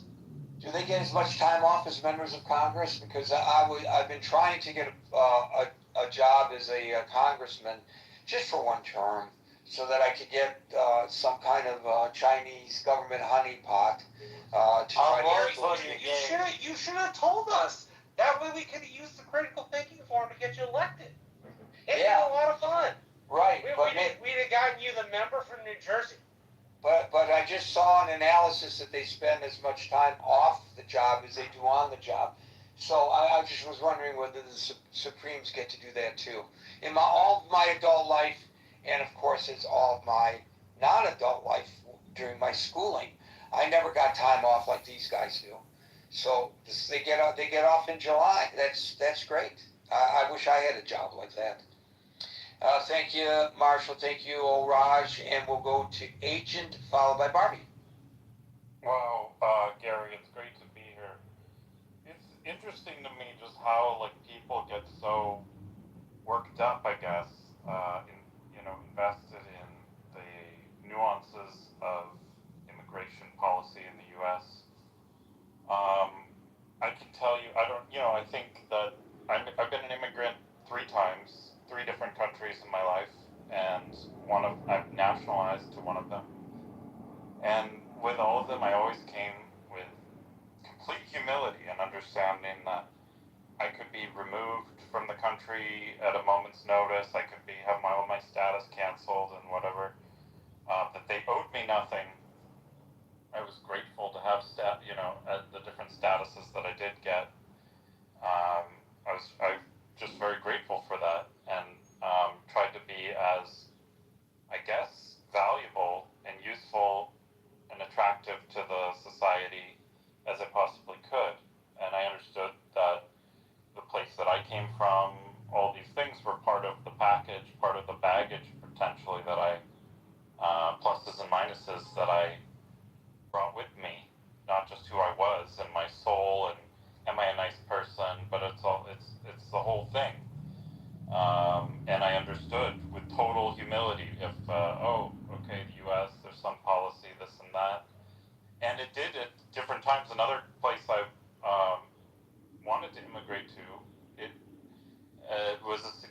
has been a significant handicap, the fact that I'm a U.S. citizen, in order to get in there. So this is just part of being a person in the world, and it's incredible to me just how worked up Americans get about making sure that people from countries with a lot of problems in some cases, how important it is that they ensure that these people are guaranteed a spot, or that even if they're not legally, they're kind of already here, they're physically present already, therefore, how will we manage to enforce the law? We couldn't possibly enforce the law against them. This would be, we couldn't possibly exercise basic, public services to detain people or deport people or give them the notice even that they have to leave. This would be a war crime. This would be a crime against humanity if you were to serve papers on someone, or if they're in violation of the law to possibly use an officer of the law to enforce that. I mean, I don't know what to say. It just seems to me that the Supreme Court made a pretty, what should be a non-controversial decision, that something, I guess, that had basically in the law implied or otherwise been called to the executive branch to have some discretion of how many asylum there are, or to basically set their own policy with this. And to, I think, Marshall's point earlier, if we want something different, then you can take the extreme measure of impeaching the court because out of some bizarre claim that they're not doing their job in a good faith way, that they're actually criminals, or they're just incompetent at their job, because how could so many justices have come up with such an egregious, the level of corruption is that deep that we have to impeach them, or that just Congress, if it's so important that people not be allowed to, or that everyone be allowed in, and so on and so forth, that the people, the actual legislatures who make the laws and so forth, could bring about such laws that, as it is under their purview, what the immigration policy, what the parameters around that are. They actually make the laws, they can change the laws. But instead we can just talk about, how evil Trump is, or how evil the Supreme Court, how racist everybody is who lives in the country, that,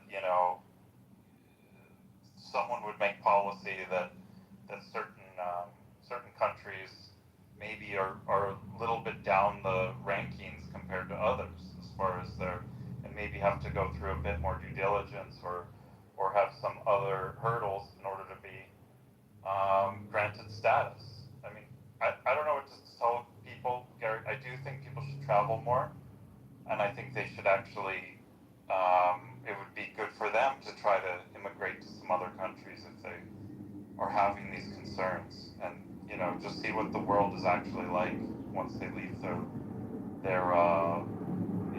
political bubbles that they've become so attached to. I'm immigrating to China because life is so much better there. It's great, actually. I really like China. That's what I hear, actually, that they actually have some cities that they just built that were from ground up, total technology-based cities. It's smart cities, I guess they call them. And there's one about, I guess, 100 miles outside of Beijing that I really want to visit. Actually, I said it initially kind of facetiously, but that's one city that I would really like to see with my own eyes and experience it. 12 decisions, by the way, next week, the final week of this session of the Supremes, including birthright, and 2 that test the limits of executive authority, 1 on transgender athlete bans, a number of them on voting rights and midterm election rules, several Second Amendment rulings. It totals into 12. It should be a very interesting week, and it'll allow us to interject topics that do not begin with Trump today said on Truth Social. Gary, one of the privileges you have as a U.S. passport holder, you're eligible to apply for a multi-entry visa into China. For 10 years, multi-entry, you could go 60 days at a time, just come and go as much as you want. And that is you, because you're an American citizen. It's not like a guaranteed right, you have to apply, but that's something unique that many other countries, most other vast, even very wealthy, strong countries don't get that privilege with China. So you should look into it. Yeah, it just means that I have to be doing the critical thinking forum in the middle of the night there. Thank you, Agent. We'll go to Barbie, followed by Denise. Hi. Hi. I missed the very first part of the discussion. And it was all about you, and you missed it. But of course. And actually, something Marshall said that made me want to contribute. But I will get to that in a second, because I know the minute I bring it up, we're going to start going down. Yeah, I'll start arguing with Marshall or something. No, actually, I really want to know what he thinks about something. But I just want to say I've been to probably close to 40 countries. Actually had the multiple entry visa to China, and nevertheless, I think that some of what was just shared is, I don't know, it's kind of like having someone walk in to a room who's got who's bruised and battered and bleeding and is sitting there for triage, and someone else says to them, just take an aspirin. It just feels like to think that obviously there's people that are disingenuous on all sides and ridiculous and overreacting. I mean, that's just a fact. But to think that some of the issues that are happening with immigration is just because people, they don't want people to be served a document. Yeah, it would be nice if people were served documents. That's not what happens. So there's been so many violations. So it just is like, I'm sorry, I'm still a little stuck on what the previous person shared. It just felt so completely separated from the reality of what's happening, what people are suffering, what they're doing. I was just talking to someone, actually, a friend of a friend. No, I was talking to someone related to me by marriage, not birth, and who was visiting with someone else in the state of Georgia who has a friend, a very good friend of theirs, who was arrested by ICE, and the firsthand, well, to me, I guess it would be second or third hand, but I do believe them. Some of the anecdotes about them being gotten up at 1 in the morning in the middle of winter, made to stand in cells that had water on the floor in freezing temperatures, and then having papers waved at them, telling them to sign away certain things so that they could it's actual torture. So, yeah, let me move on from that. And Gary, thank you for what you said about the American, and also this is Marshall who said, he made a really good point in what you said about American responsibility, or the government responsibility, for so much of the misery and problems that actually happen in other countries and then get blow back on us. I don't have anything more to say on that right now. I'm definitely not an expert, but I'm probably a lot closer to the situation than most people here. So, but what I wanted to ask Marshall about is, Marshall, you did say that, you know, you wish there were some laws that would hold America, or the laws would. Yes, ma'am. I wish there was something that held the U.S. population accountable for our participation in the corruption and civil wars that were riven by the money we sent south to those cartels. Yeah. Because not they just, wouldn't and not have. just that, of course, I'm Yes, sure, ma'am. as you know, it's obviously the installation of all the dictators in our.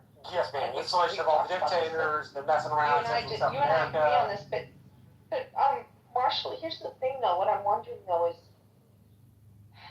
the minute, and I appreciate that you're like open about this, and I know we've talked about it before, but what is a struggle for me is, you're saying, we agree, but you are not representative of the majority of Republicans. And I know it's not a monolithic group. We've also discussed that in the past. And there's all kinds of, but it would take away, the minute you start saying, well, we have some responsibility to folks. Now that introduces a level of reason that politics can't actually handle. Because that would mean some compromise, that would mean that would mean not vilifying. So I'm really curious, do you have any thoughts on what that would look like practically? Like, let's say, Ted Cruz is going to introduce some kind of bill. What would it look like in practicality? Or is that just a dream?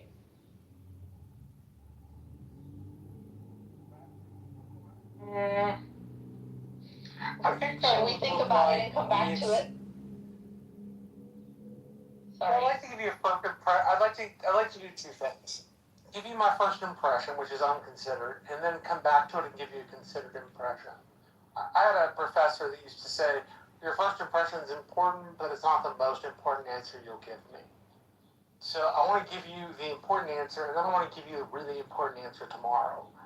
My important answer is, it would look like taking in people who really had a problem more than what we allow in our metering of immigration. So if we say, I don't know the actual number off the top of my head, but say we take in 100,000 Guatemalans as just what we do every year.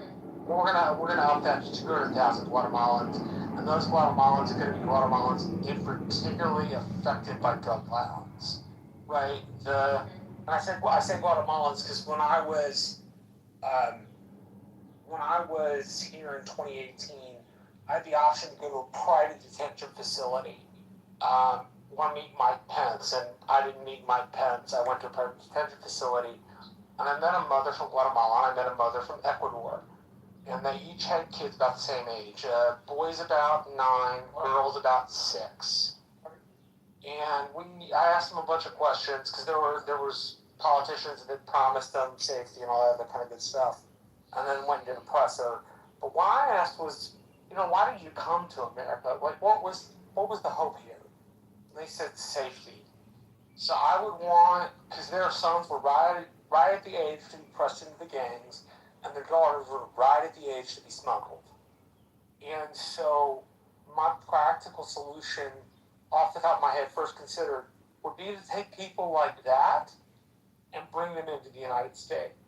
Hey, we owe you this. We'll bring you in. Maybe you be in Texas, maybe you be in Florida, maybe you be in Ohio. I don't know where. But that would be my first impression. And then I'm going to think about this, and we'll come back to it tomorrow to give you a better answer.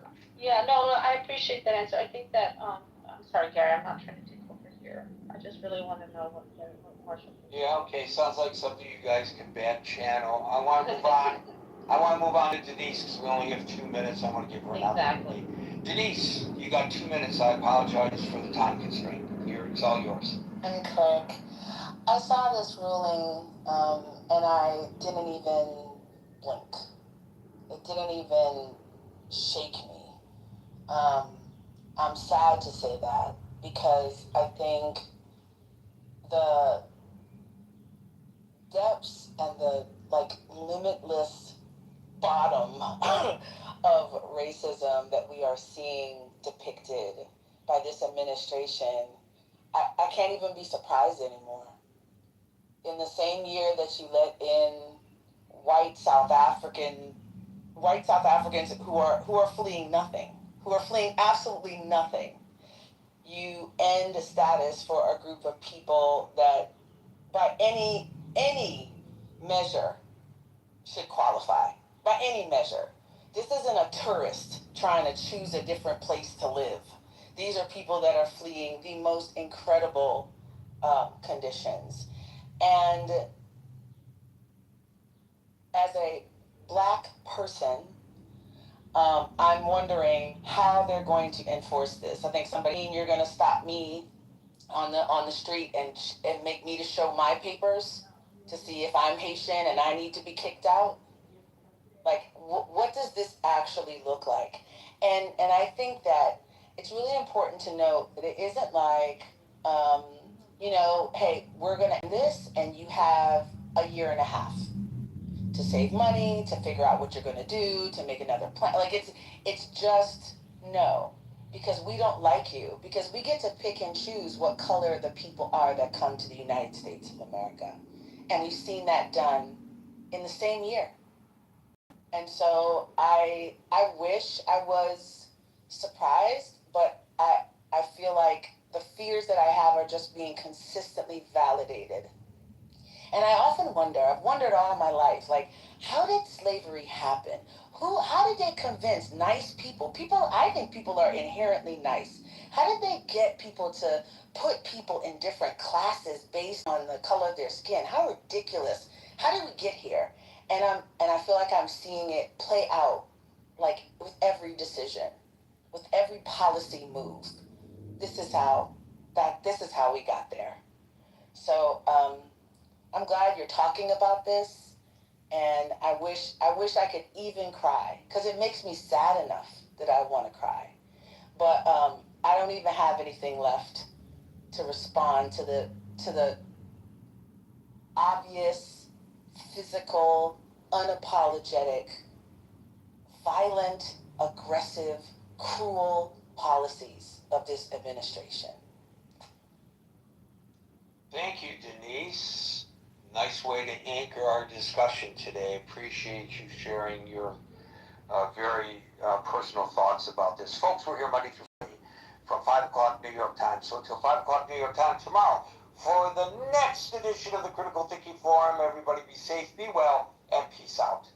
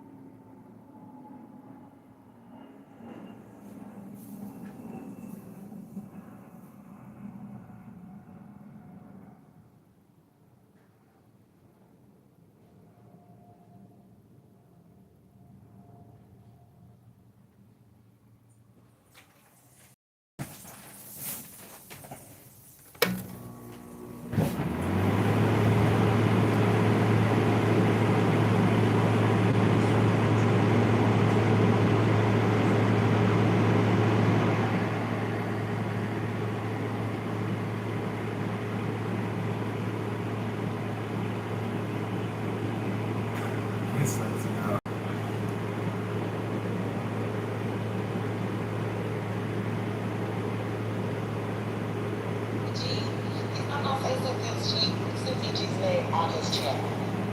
Cynthia G! People, he won't say her name on that channel. There's some other black women, so that's basically he's not going to say their names on the channel. He might talk about some of the things that they talk about, and if you are currently online, you'll know who he's talking about. But if not, you're gonna have to search. But outside of that, he will talk about black women as a what I would like to call trademark level, as an entity. But he will not talk about specific black women and what they say after that whole pathology mess. It's just too many aggressive white people. Like because he's talked about his demographics multiple times and how it's used. And how it's used. But when you say over there, Kimberly, also, you may not be a Jew or something like that. I'm Christian. So, The people who make up the core of this fan base, they're white people who hate Democrats and pretend to be leftists on the internet. oh, that is a large ass. Yep. The virtues sit on all the phones. That's the thing about those people. They're paying. They are paying. That's the thing. That money is good.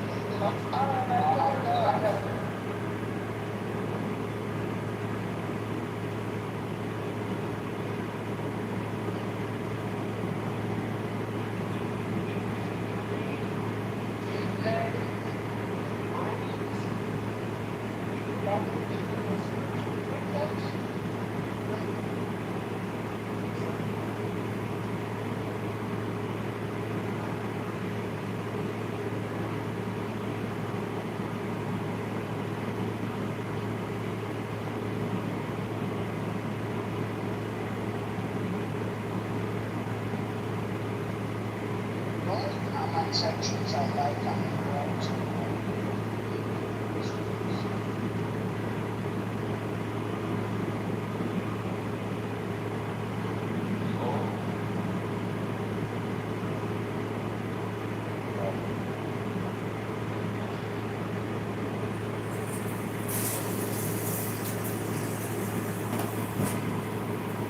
This is what I call history.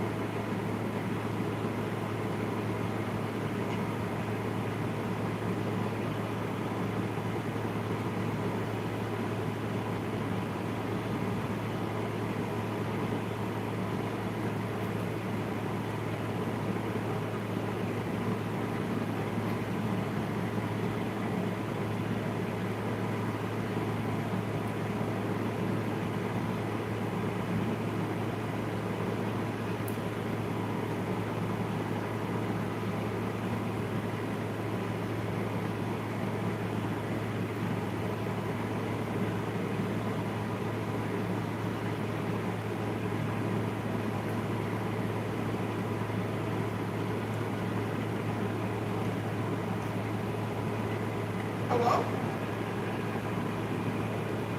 Hey, Brenda, are you there?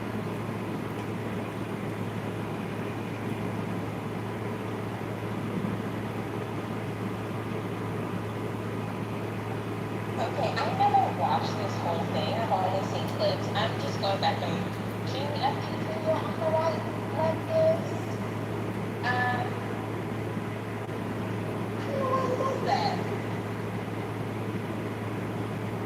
I don't know why he's engaging with those people. I think he should stop. The white one.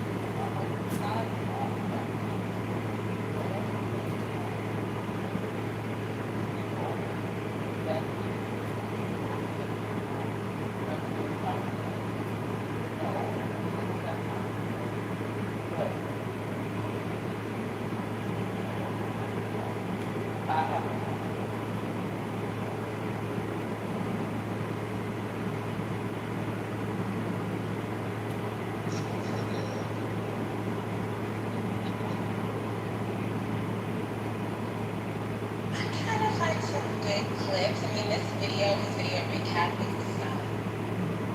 almost an hour. I've only seen clips from it from Instagram. That's where I spend all my time.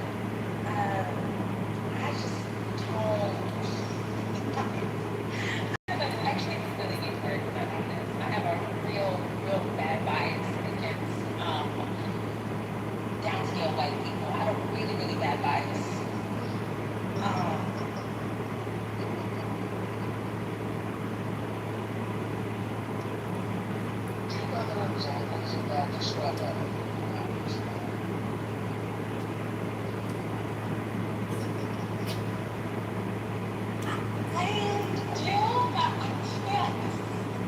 I just do not do well with trashy ones. I don't.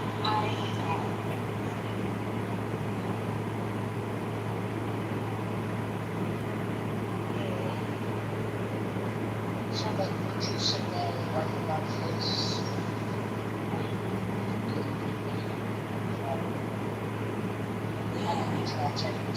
Like the downwardly mobile, I'm so sorry. It's like it is such a the virtue signaling downwardly mobile, right? It's very hard for me. It's really hard. I'm so working on it. I have a lot of secrets.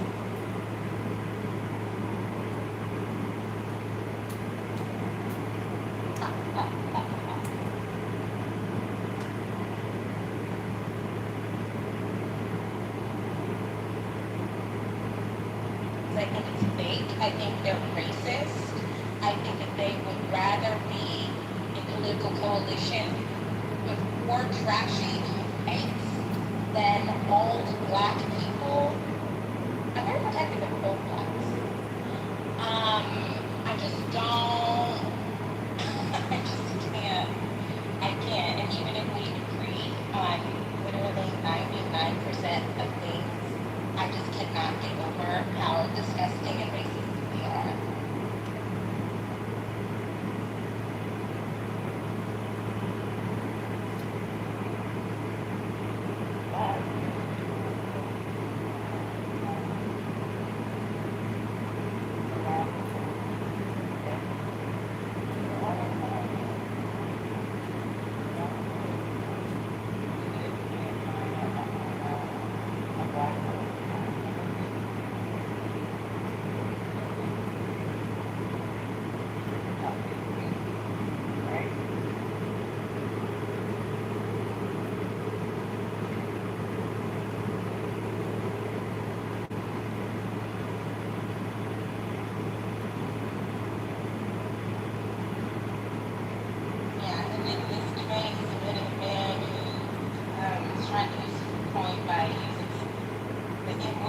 was like.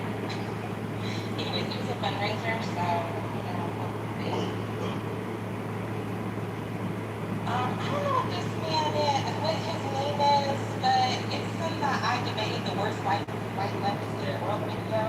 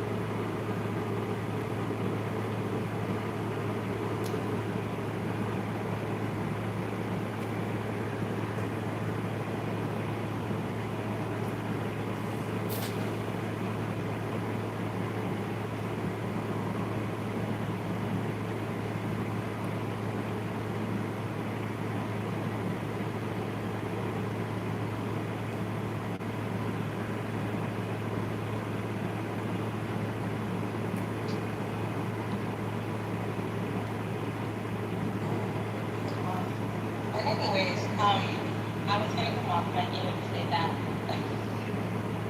I do not fuck with Jared Paul. I do not.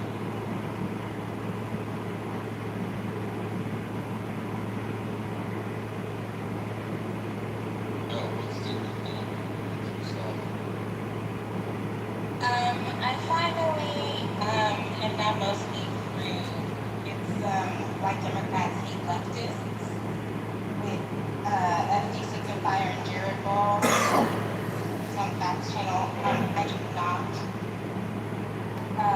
These people hate lefties. They just don't. You just don't like the average one of the middle black person. I can't relate.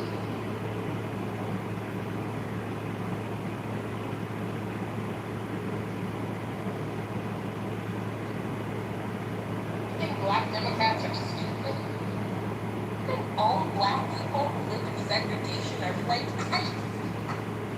I just don't understand the utility of peddling that kind of rhetoric.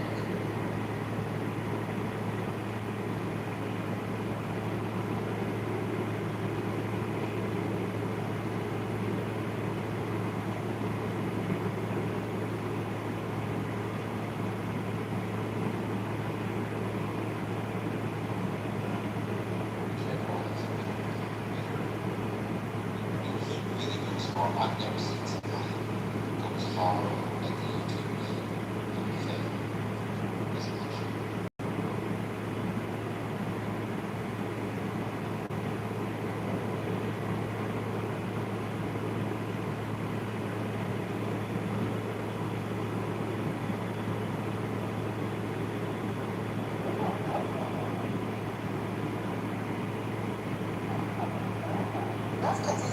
person.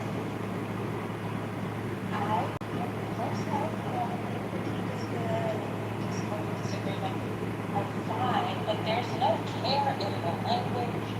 It is so wrong and mean-spirited. Like, this is not just about political disagreement.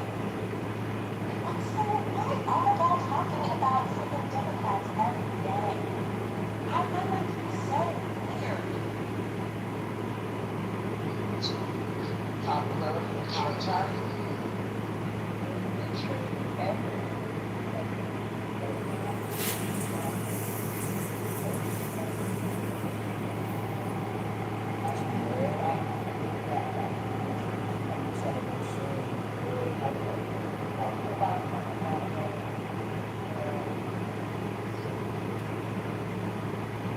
It's nasty. I don't know. Maybe I'm just getting too old, soft-hearted. It's nasty. Oh no, you're right. It is nasty. Because he's a petty person.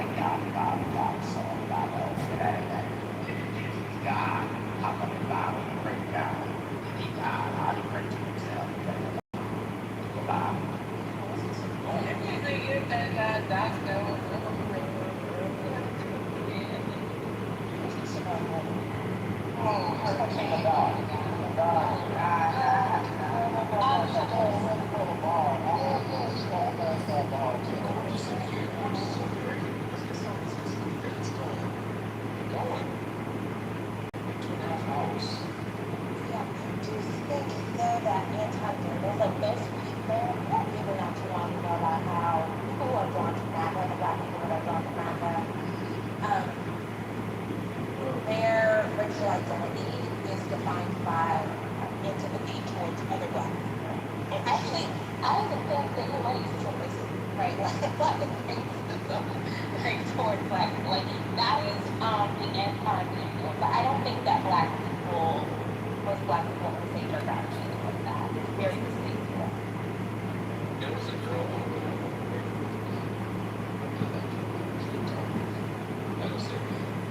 she was from a project in California. And she made it out.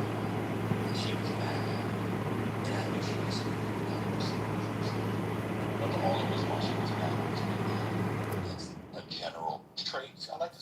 trademark level of black for her upbringing in the hood part of California. That was the only thing animating it.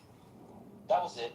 It's that, or it's ire for black professionals like me or Hurricane who just don't like for whatever reason. It has nothing to do with the policies.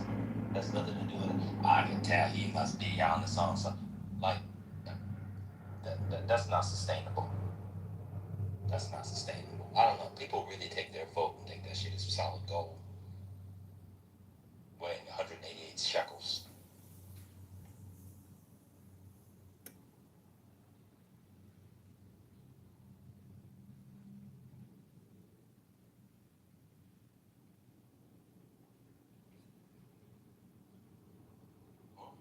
Captain Teriyaki live right now.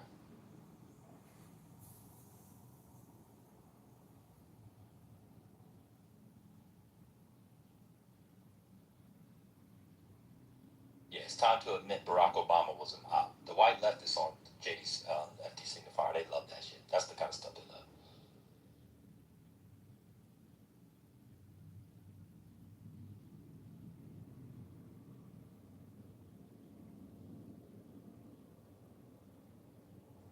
Probably ping somebody in here. I mean, just boom it.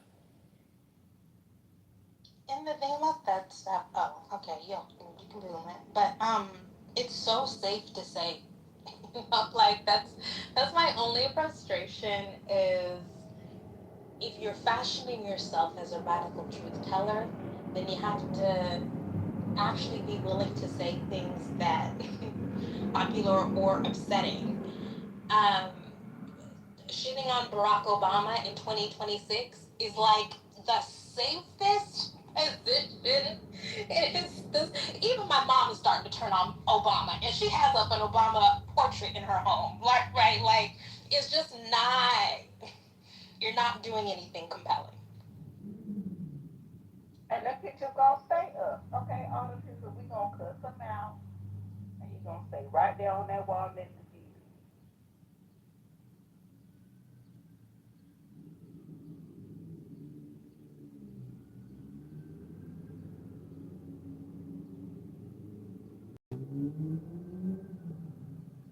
So is it, I could be wrong if I'm getting this right, I don't know. Is this akin to like the Bernie white leftists lecturing people in South Carolina about the primary win for Hillary? Is that along those lines? What is it? What it can talk. What's the it? Oh, the critique on, let's say, you know, James Clyburn's or the incumbent black congressional They people. just think that they're conservative and blocking progress. That's the main thing. They're All blocking kind of progress and they're conservative. Christian's here. Christian, come up. Let's do a debate. I don't want to do a debate. I know you're a full passport bro now. I can't debate you on whether or not Colombian Toontang is better than Dominican Toontang. I'm not an expert on that like you are now. But come on, Christian, let's debate. Donald Trump is a failed president. Let's debate.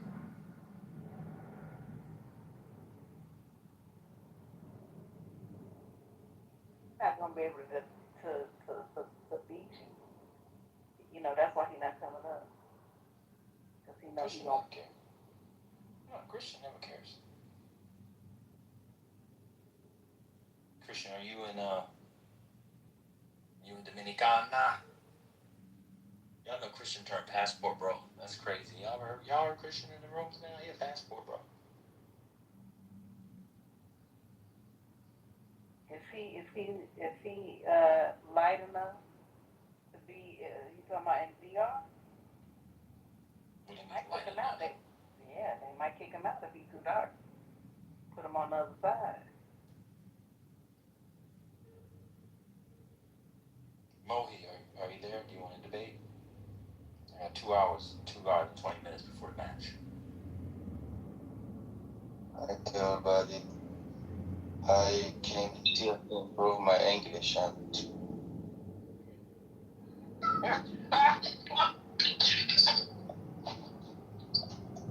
I I think Come on, Christian, give me a topic. Let's debate a topic.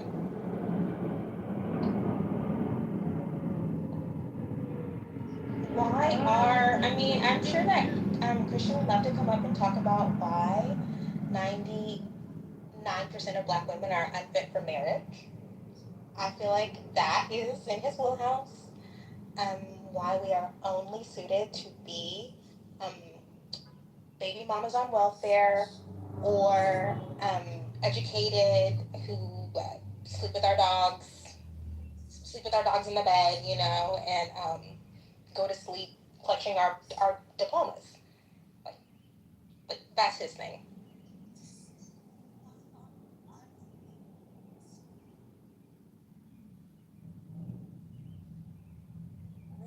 Close my eyes, I think no matter what the season, I still love you.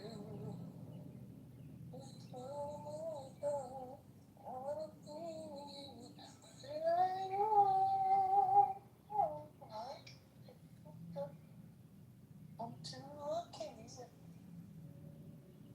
Stay at night.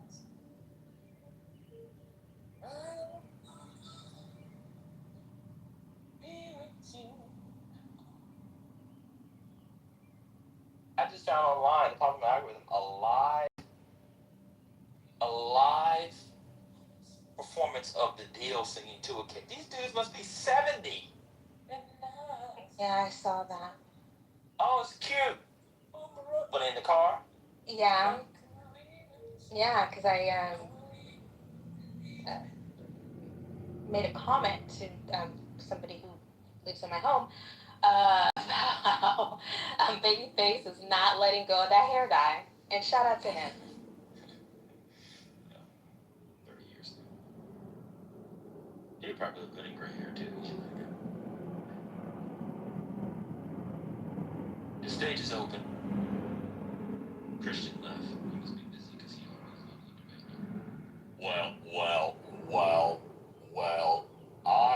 I'll stand on the fact that the Afghanistan pullout was an utter failure because in an office building a government worker had a rainbow flag. He said that to me before. That was Steve Appelish, to be fair. No. Oh, yes, it was. I hear it now. It was.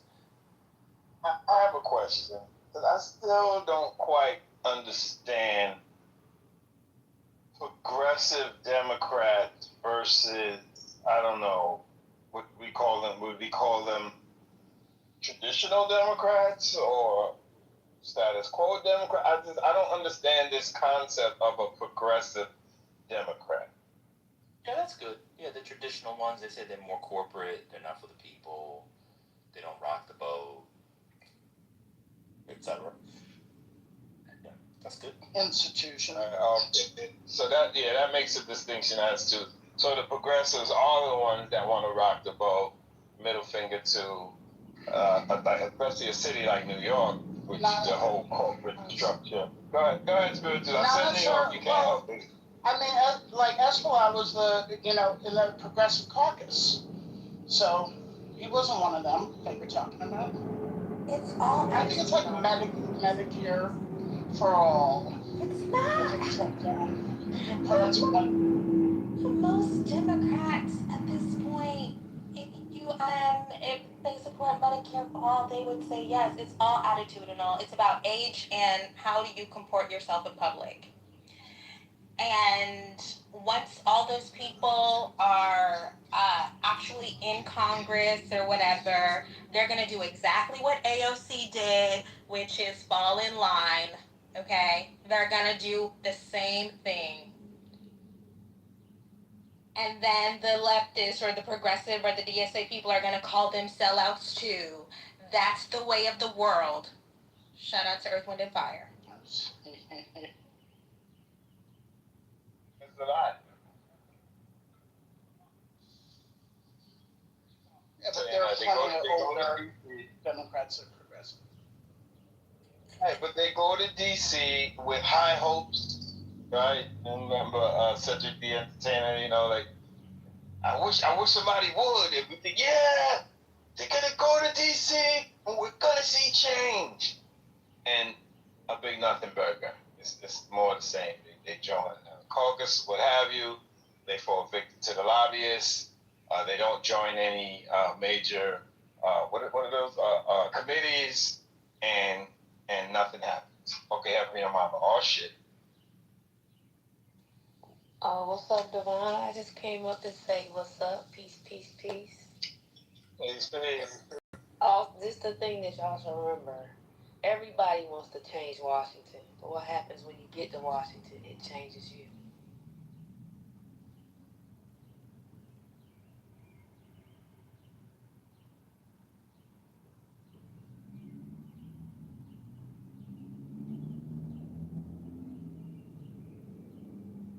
I turned y'all down several times today because there was an echo in the room.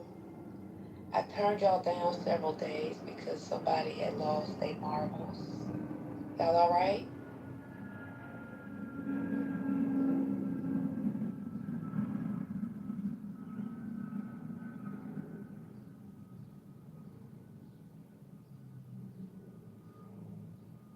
We're hanging on.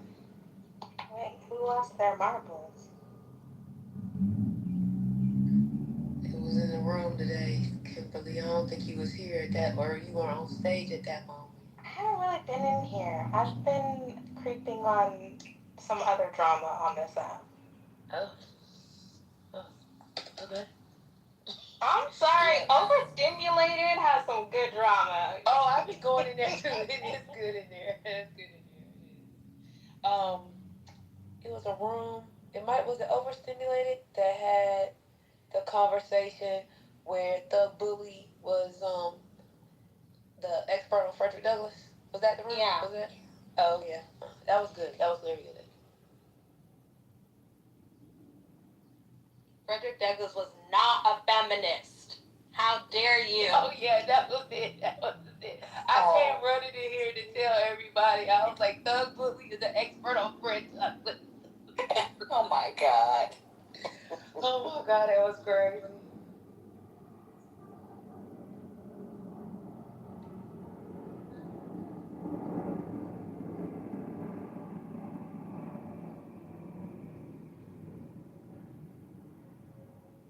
Does anyone know who Clarissa Shields is?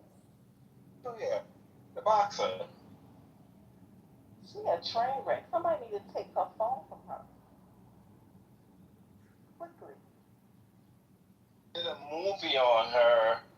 I thought it was all right. They should have did a docu-series. It was too much happened too fast. And, we analyze these things about trying to put someone's life in what is a movie 90 minutes about, and I felt like it was rushed, but it was okay. I don't know how the room felt about it. Yeah, but she has a Where was it? Where was the movie shown? It was in theaters, like a few select theaters, but I saw it on like a, you know how we see our movies. I did not go to the. Gotcha. Undisclosed. Yeah. Undisclosed location. Okay, gotcha. Yeah, but I really wanted to see it because I was like, I want to see this. Go through her childhood, the Olympics, and all of that, and her finally, there was someone that had kicked her butt, in the Olympics, and she finally beat her. She finally beat her opponent. So the big triumphant moment.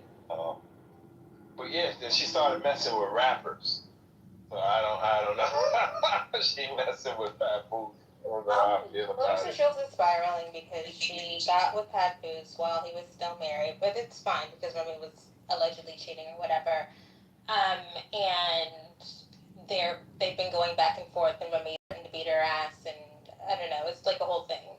She's just, you get with the wrong man and it ruins your life, and that's what's happened to Clarissa Shields.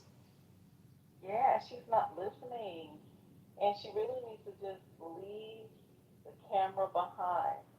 Just keep it off. Just carry her business out. Because the comparisons are gonna come, and people are comparing her and Remy, and unfortunately, the conclusion is that there isn't a comparison in favor of Remy, basically. That's not really good for her. And after all of this stuff settled, that's not going to be something that she's going to really want to reflect on, because she was crazy out of it.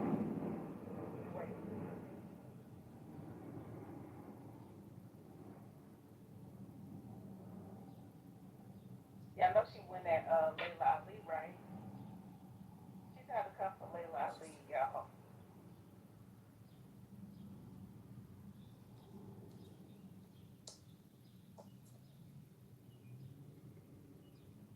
I show somebody.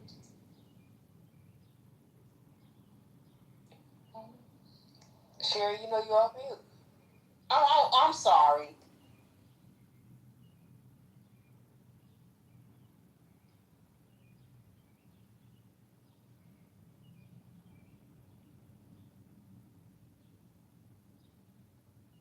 Ben, are you there? Yeah. So I'm out and about. I just saw a woman over 40 with a flat stomach, and I got nervous. Run.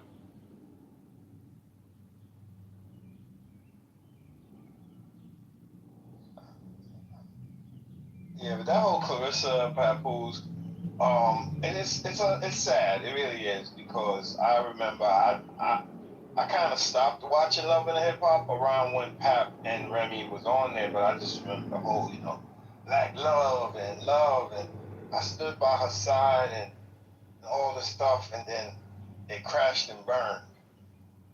It's ugly. I don't know if we're being distracted or what, but people say, and I agree with it. Stop making stupid people famous, because it's a waste of time for us to engage with certain things. But something to talk about at the same time.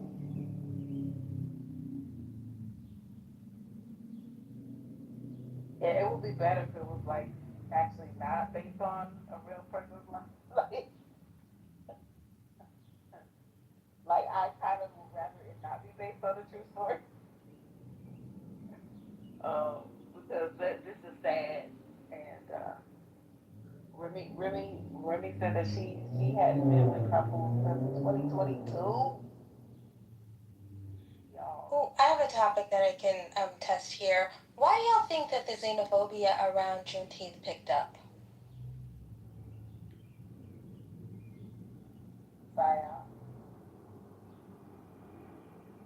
There's something happening.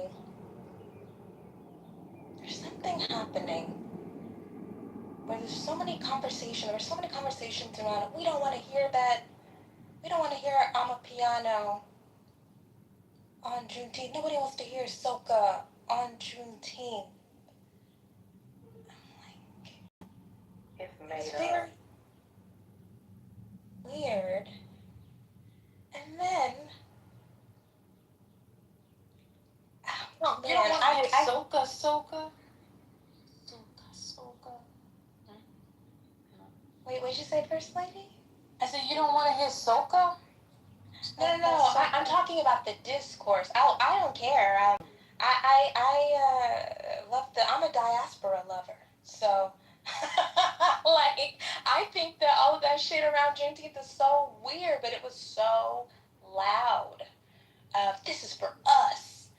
This is our day. This is for us. And then I saw somebody, a very famous biracial, under a post saying, why can't foundational Black Americans have one day? And I thought, you have a white parent. Like, I just think this is so weird. Like, how is somebody with a whole white parent doing Juneteenth gate? Like, I thought something's going on. Not you sat up over there and saw that 1619 project and said, oh my God. Oh my God, Brent, I just was like, what? It was weird, Kimberly, and it was like almost all of a sudden, and then people who were from Texas who were then trying to say what people who are not from Texas do on Juneteenth, and I was just like, listen, you know,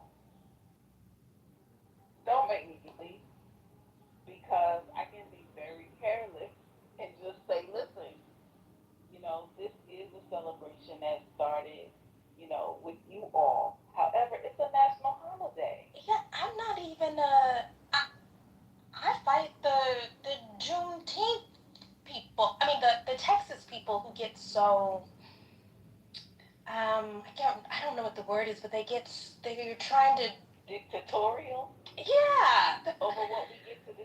Over Juneteenth. I'm just like, first of all, it's too late. It's a national holiday. Oak Leaf fought for 30 years to make it a national holiday.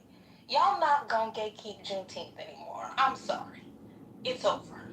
It's over. And not only that, but there were already people who were organizing Juneteenth celebrations in different cities for a very long time without any, like, you know, government, you know, telling anyone anything. It was on the strength of it being a celebration for Black folks. Like in New York, we've been doing a Juneteenth celebration for 15 years at least. You know? Of course. Yeah. Something's going on where people's racial identity is so unstable. It's so fragile that the way that they assert themselves is via fake online gatekeeping about what music can be played at the cookout. It's very weird.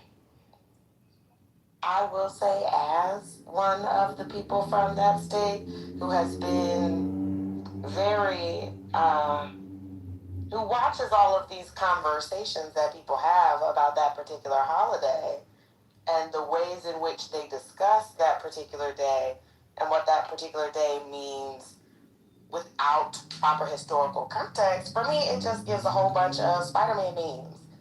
The same people who feel like they can tell folks from who are first generation what they can and can't do on that day because it's for the niggas, strictly for the niggas, are the same ones who also feel that way when the Black Texans say, like, hey, the way you're talking about it and the way you're using this holiday to talk to other people, you're removing the very persons upon which the holiday is based on. I think, you know, and then to your comment, Kim, then it becomes, well, then there's a person who has a white parent who's saying these things, and it's, well, why are you talking? You have a white parent. That's what I'm saying. Like, if you understand what it means. But that's what, for me, overall, what I'm saying is that as a person who's from the state, generationally so, watching the conversations and how they crack down and how people develop particular politics regarding it, on all sides of it, it's just all very interesting.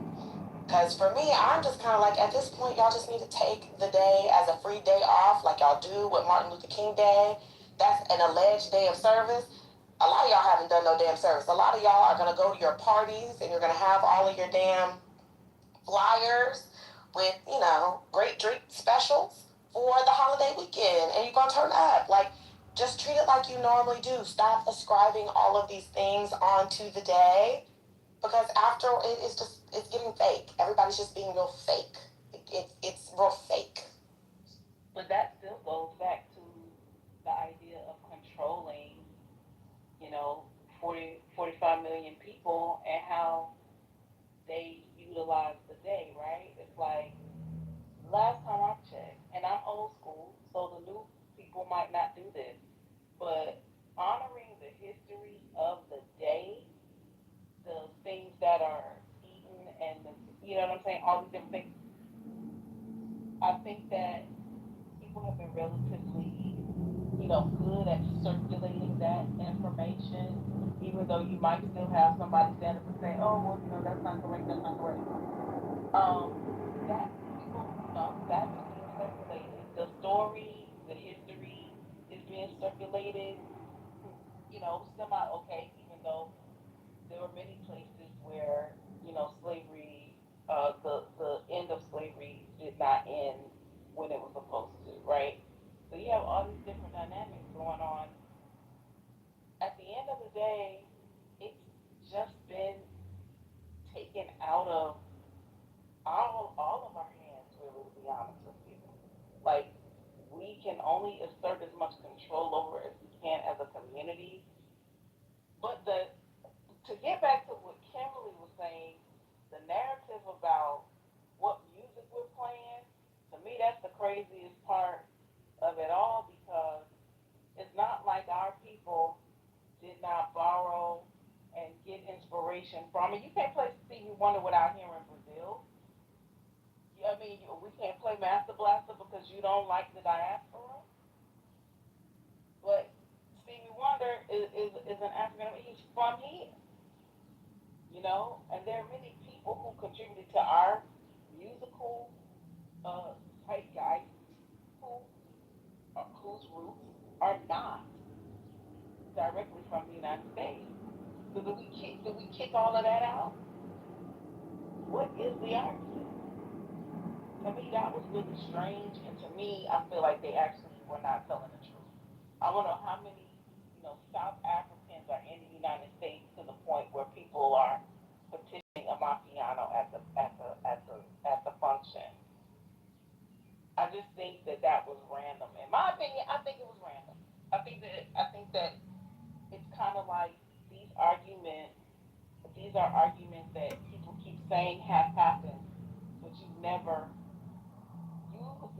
not only did it never happen to you, but it didn't happen to any of the black people that know.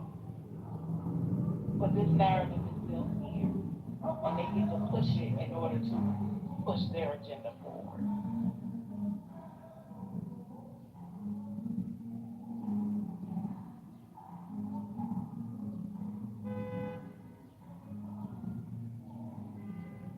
Yeah, I'm trying to think about. I think y'all have sense, so we agree that that's wrong.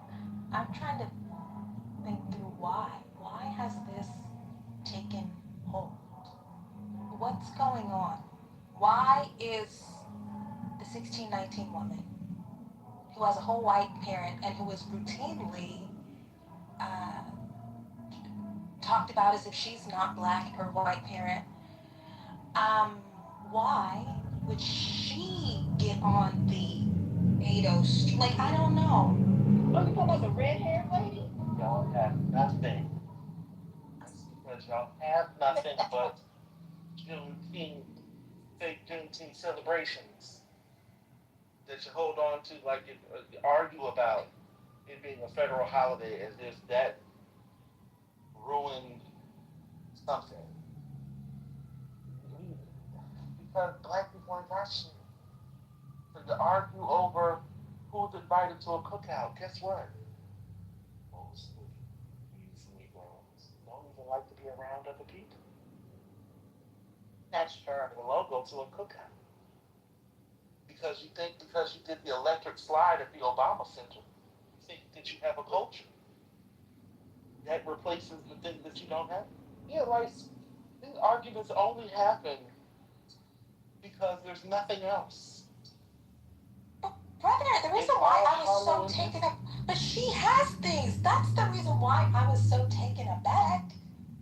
I'm gonna be honest with you. I do expect people who don't have shit. Oh, okay, wait. Let me bring it back. That person has a lot of cultural capital. She has social capital. She has a really big platform. So I just don't understand. Who's reading the 1619 Project still? Is there who during Juneteenth who went to any of the resources that the 1619 Project has and read them for themselves? Read them with the child or little ones. Like, this is all performative. It like in a time when people are upset because because schools removed books from the school library, and we pretended as if those books that people never read are somehow like erased out of memory and history, right? Like, I think some of this is just, I think this is performative. I think this is a way of doing something.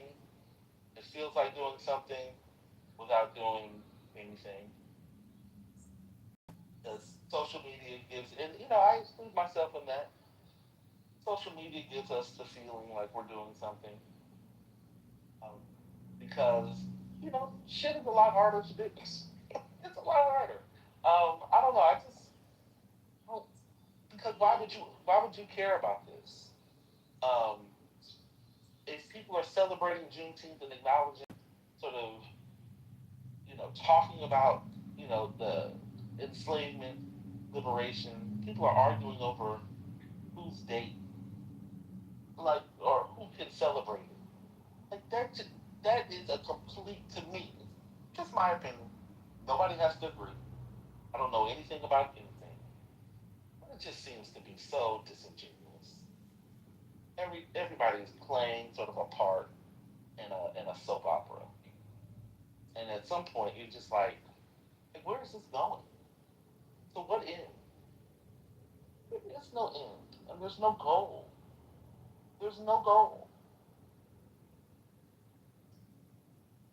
There's no vision. It's not like people are setting up and calling for, I don't know, the creation of new institutions or people are passing, like, people are arguing over who can celebrate it. Well, it just seems, it's all fake. Yeah,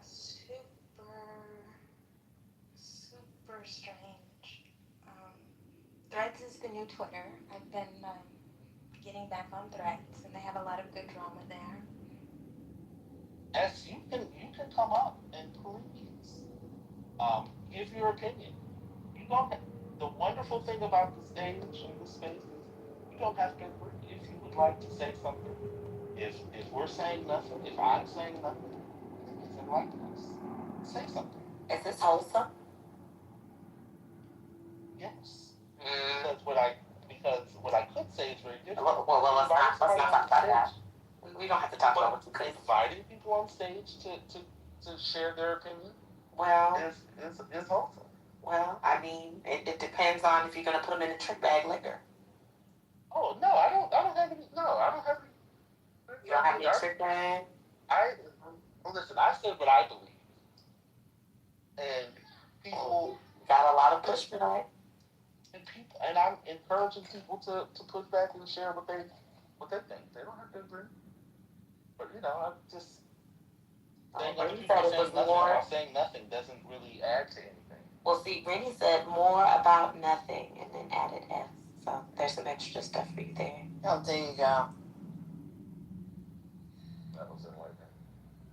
I don't know. I mean, I agree with you. I think they're more invested in being performative than the meaning of well, maybe not the meaning, but the historical the history of Juneteenth. By the way, that wasn't the only form of Jubilee, but that's another discussion. But that is the discussion, Cherry, because I think one of the things that you just said is where I land on it, is that, like, a lot of people don't care about the history. A lot of people don't care or know about all of the other or different jubilees or all of the other or different emancipation days. Even in the state where it comes from, people celebrate the day, like growing up, the parades are different. How it's celebrated in Galveston and Houston is not the same as how it will look in the middle of the country with Black people in East Texas or in Dallas and Fort Worth. There are a lot of people who are taking up the banner of the holiday to push people out. And it's all just to have the diaspora wars on the internet, which is why I said earlier, people just need to take the day. Like, I understand this idea of it's telling people what to do or how to celebrate, but with all holidays, like, I don't think that there needs to be this big, ginormous fight or need to like, I don't know, have a weird sort of specialness about the holiday wherein now everybody has a battering ram to feel important or special. I've given up the ghost. It's a day off. Like, I don't understand why everybody wants to be entrenched in, oh, but if you're not this, you can't, oh, but if you're this, yeah. I mean, just enjoy your day, babe. I'm using Juneteenth as an example, but really, I am interested in why are upwardly mobile blacks now doing ADOS stuff. I mean, honestly, like, that is like a big, like, I actually kind of understand. I understand how the FBA ADOS rhetoric, like, picks up amongst a subset of black folks. I'm interested in how that has traveled. I'm interested in how those upwardly mobile Negroes. Now, I have a follow-up question for you, though, Kimberly. Are you noticing this a lot with, like, is it regional? Where you might see it more given some of the, like, things you see in social media, or is it just across the board everywhere? That's a good question. I have to think about it more.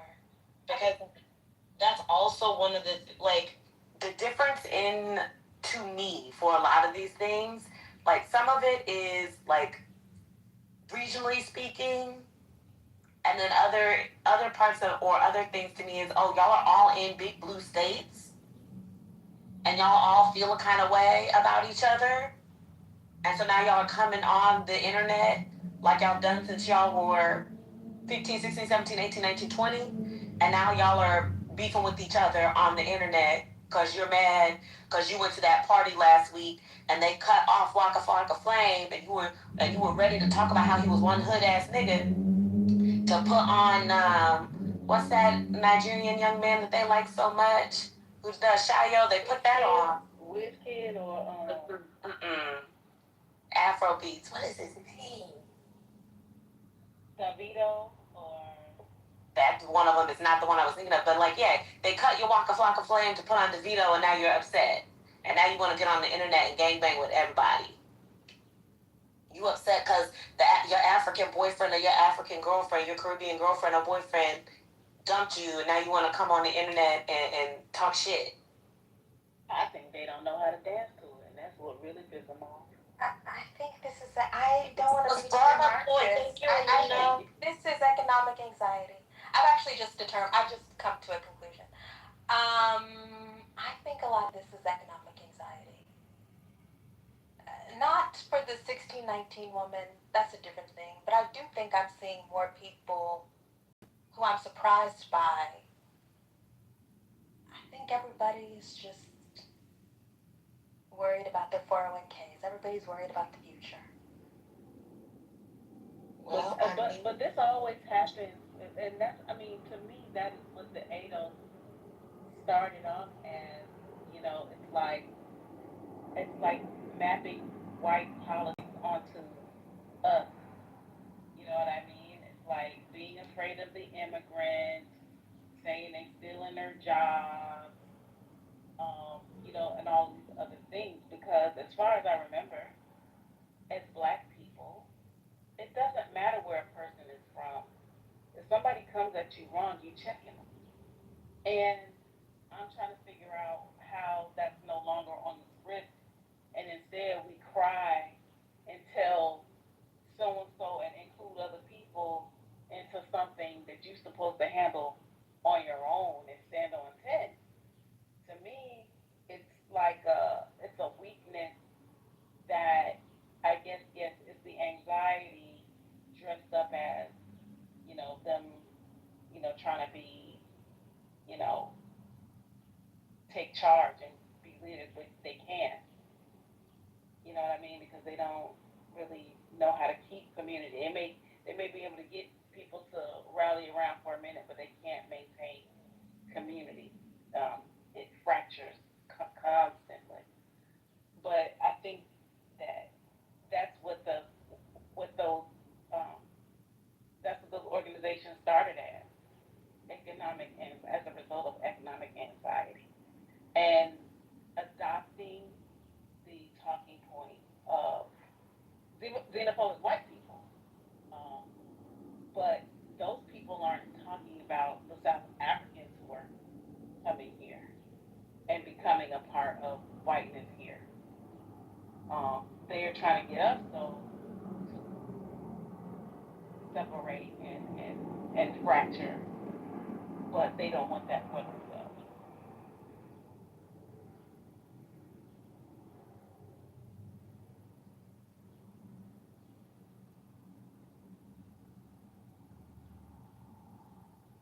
Because when we're weaker, we're easier to take. It's easy for you to take advantage of us if we're weaker. It just is, and that's what America runs on. Dunking on black people. That's what America runs on. Dunking on black people. And the easier you make it, is the better for them. I just don't. I think people don't want to be black. Um, and or if they do, they want it aesthetically.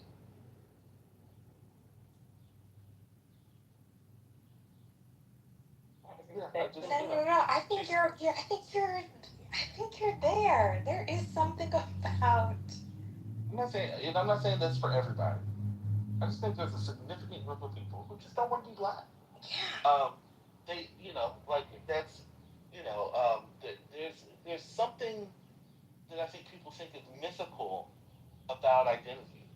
Um, that it's like we have fallen into the trap of we just this sort of mystical group, and we have these mystical powers, and we just see it in the ancestors, and we just always on beat. Like we have um, these aphorisms. We have these platitudes. We have these sayings that we have internalized, and we believe that they're like that if we just say them over and over, like that is the work. And then we somehow don't want to do the work. I mean, the truth of the matter is, like, culture, ethnicity, ideology, identity are, um, like, it takes work.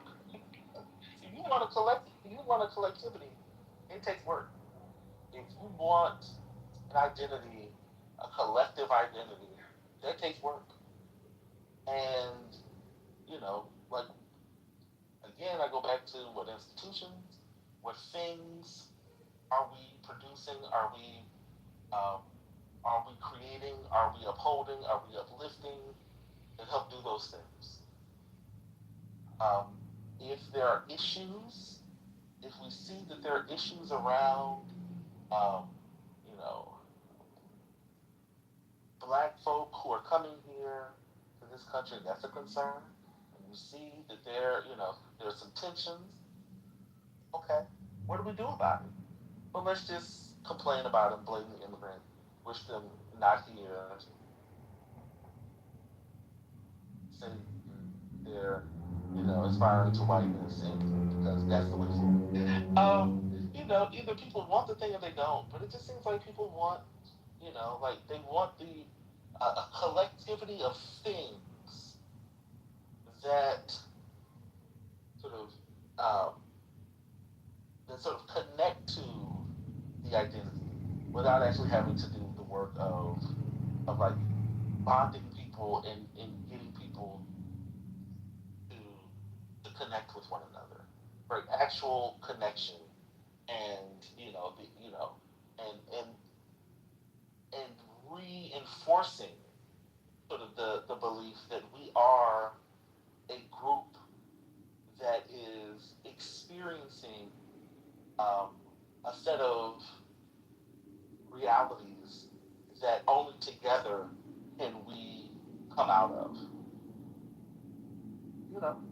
many people want that? People don't really want that. No, actually, this was so good and clarifying. Yes, people like blackness as a vibe. They want the vapors of blackness, but they also want to completely eliminate any conversation about struggle, collective struggle, individual struggle. These are also a lot of the, I don't want to say any black trauma people. But then on Juneteenth, they want to gatekeep and say, y'all better not play any Caribbean music at the cookout. That's interesting because I wanted to write under somebody like, you don't even study black people. You don't know any black history. You hate old black people. You know, you talk about them like they're dogs. You know, but we want to have a conversation about, black as a vibe. That's what, not the accent coming out. Black as a vibe. Come on, country girl.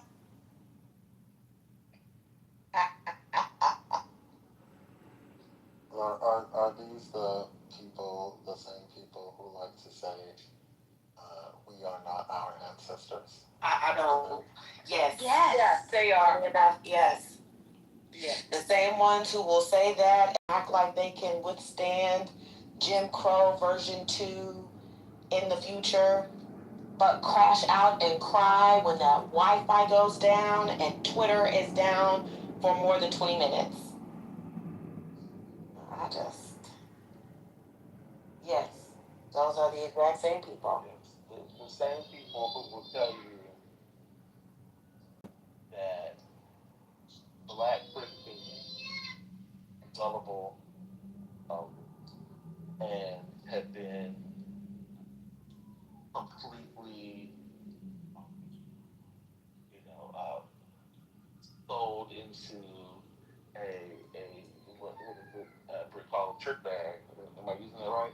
Yes. But will then say that our lives are inextricably linked to the people in Palestine. Right? Will tell us that Palestine, that the Palestinian people are directly connected to the lives of black people and then denigrate the black people that live here. Oh. Because they're Christian. It's those people. Brother Messi, let's stay right there though. Stay right there. Because it's not even just the Christianity. Remember a few days ago about how you Southerners are what?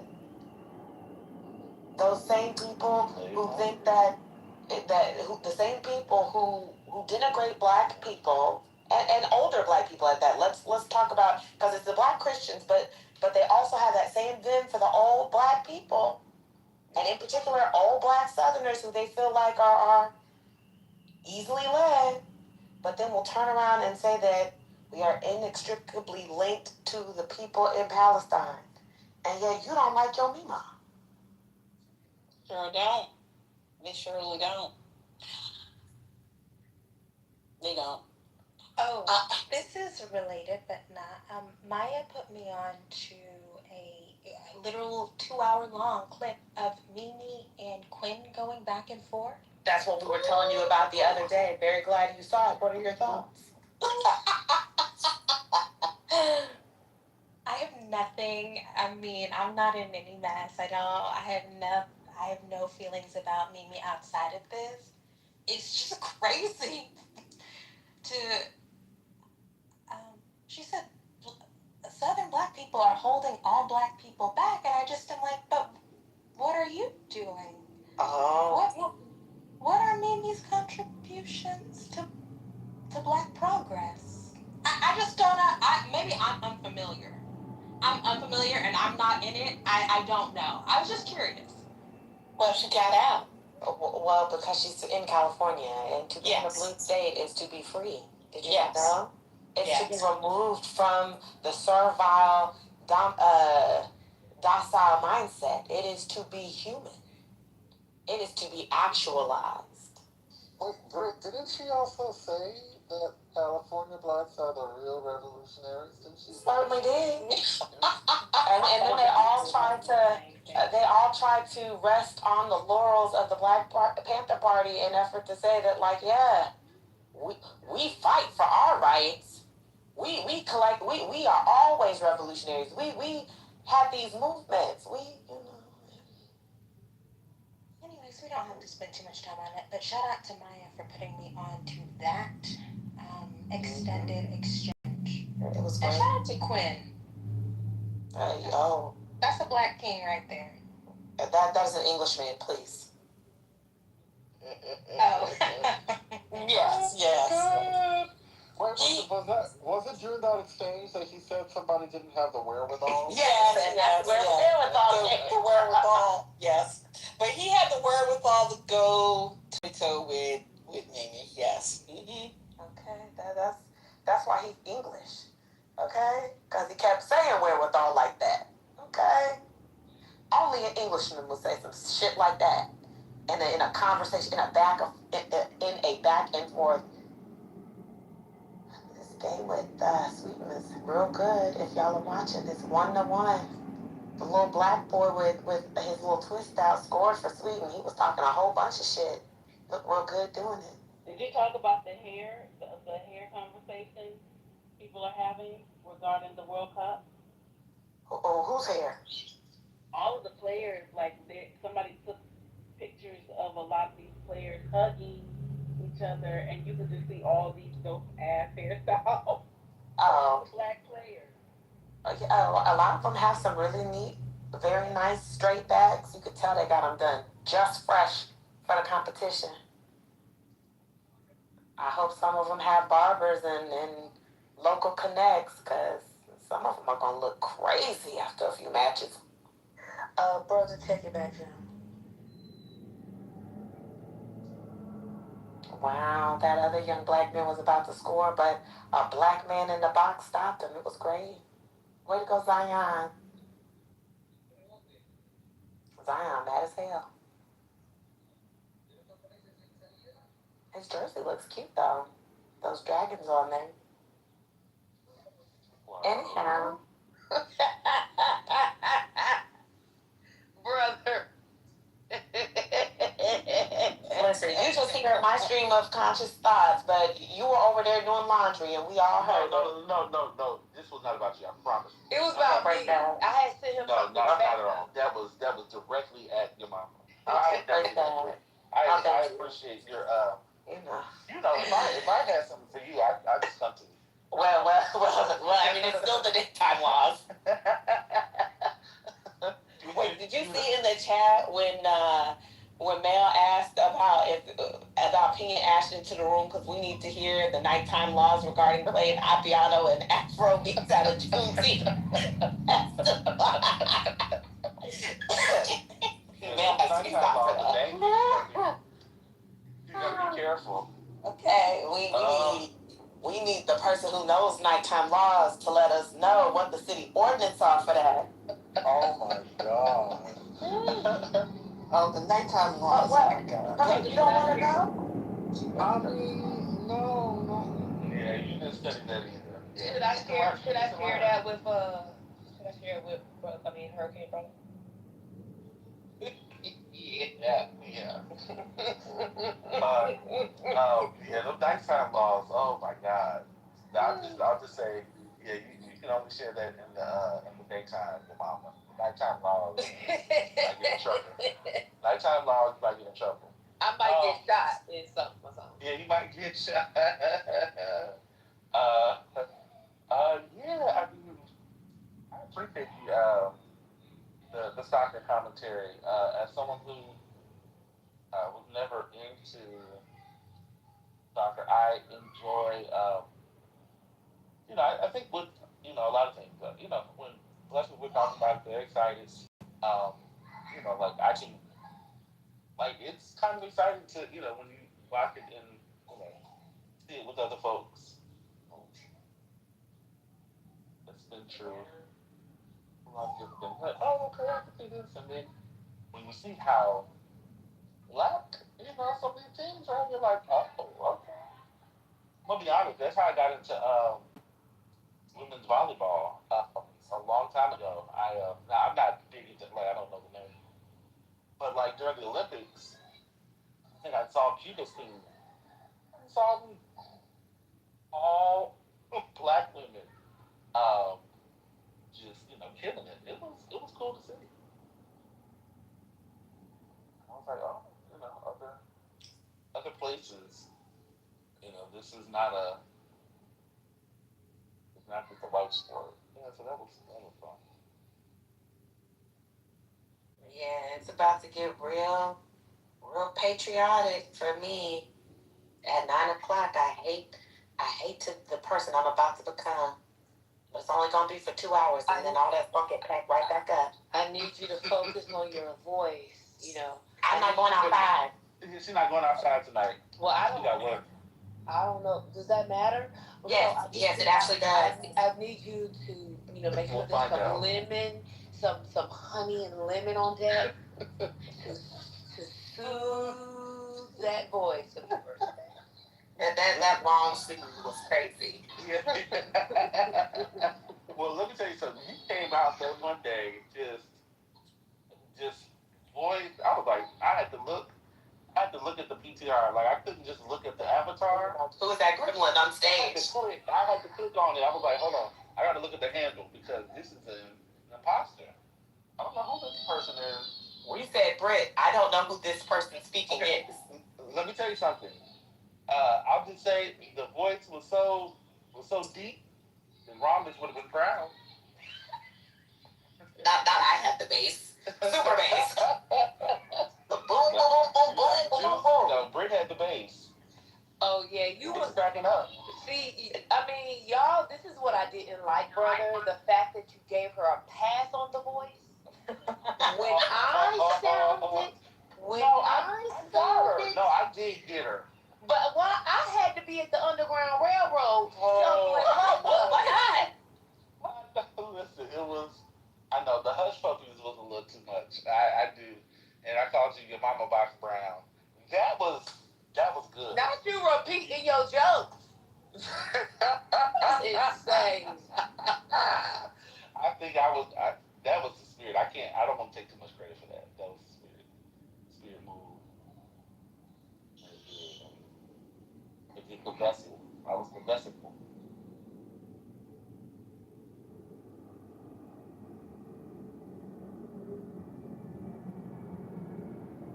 Oh, see, let me also, stage, see, I can't, that's why, I'm trying to get people, on stage, but I really don't know.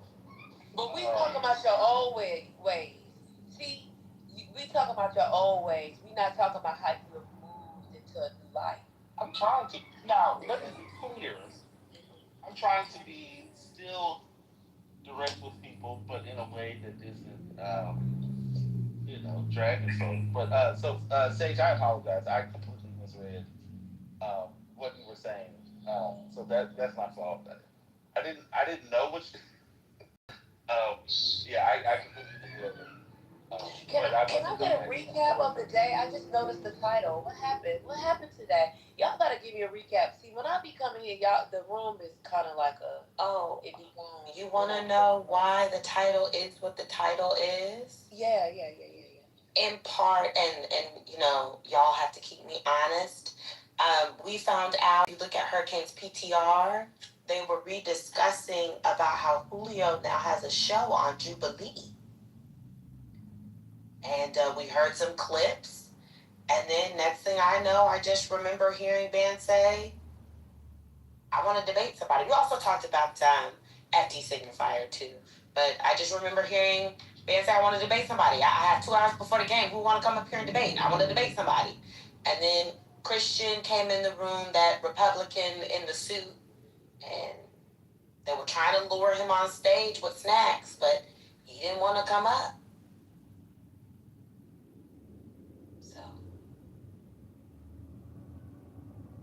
They even tried the old, you're a passport bro thing, and that didn't work neither. He didn't come up to defend him flying across the world for Kuda Mama. He just sat there in the goo and then left. Yeah.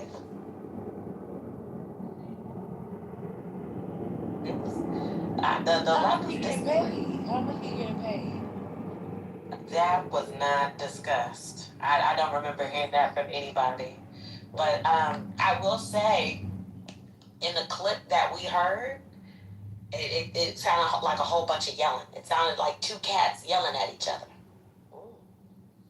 It was horrible. They were just animated, and it's not like the good kind of animated. It was just real loud and aggressive and all this back and forth. I'm a conservative. I'm a liberal. We're different, but we're here to come together. Like it was. Can we take a look at the screenshot that is in the Hurricane Otis's profile? That is his profile picture. So I'm looking here, and I'm wondering what's happening with this fade. Well, it doesn't look like it's blended correctly. Yeah. Well, is that S curl in the top? Hello?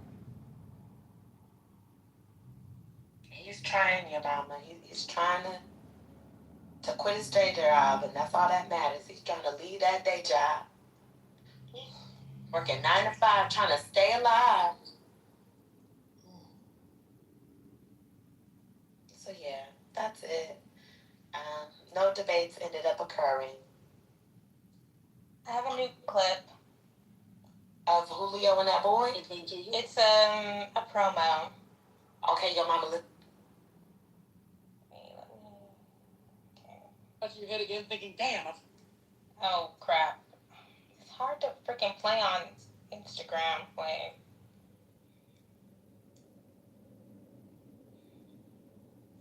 My Instagram's fucked up. I don't know, man. Watching, got you scratching your head again, thinking, damn, I'm afraid myself on a Jubilee video again?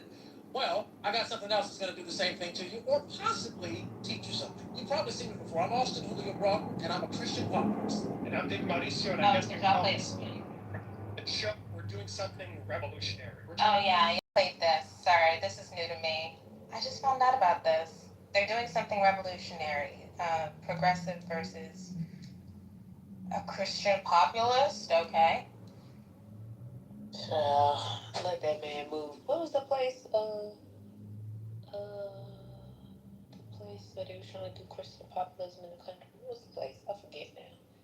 That's crazy. I don't even know what a Christian populist is. I don't. This is identity politics. Let's be honest. What, the I'm conservative versus I'm a liberal thing? Yeah, no, the added adjectives, the added, monikers to the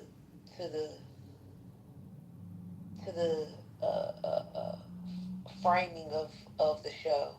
Christian populist. Oh yeah. I agree with you on that. I really don't know what that is. Actually, though, I mean, to be honest, to be fair to Julio, he has a radio sounding voice. His cadence, like the way he talks, how quickly he goes, sounds like he should be on radio. That's true. Yeah, I mean, it's really clear to me that Julio grew up studying Michael Baisden and like the other old boomer Negroes. I mean, he just has that. I just don't know if it works in this environment. I just don't know if it's going to get him. I don't know. My mom would love it. But if this is a show that's looking for a Gen Z audience,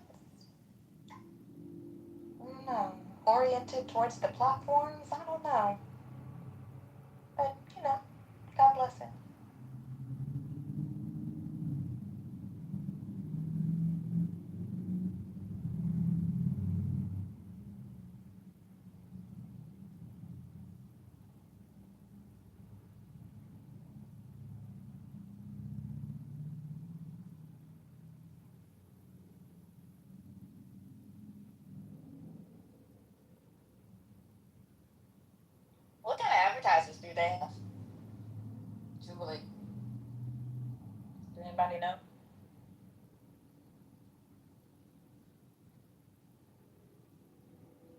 the question again now?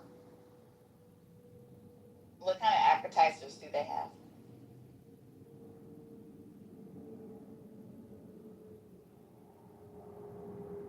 I don't know. I literally was just thinking about this. How are they making money?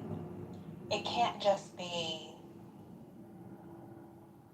AdSense. It can't. Do they do events? Do they do live reads? Do they do? I don't watch it. Do they do like product mentions? Like, I don't know.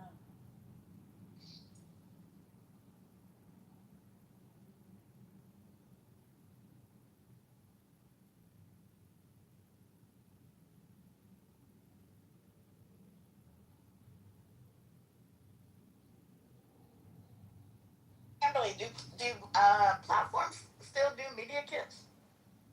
I literally am on their page right now. They do have a media kit on there. They do. Oh, okay. They do. They have a whole partnerships page. Yeah.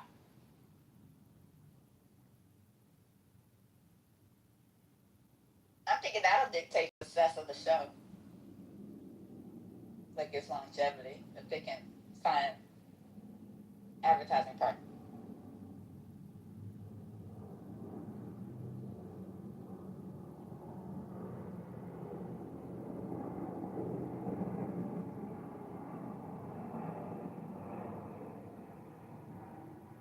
Yeah, it's making me realize I don't watch Jubilee videos closely because I can't remember seeing advertisements in the videos that I've watched.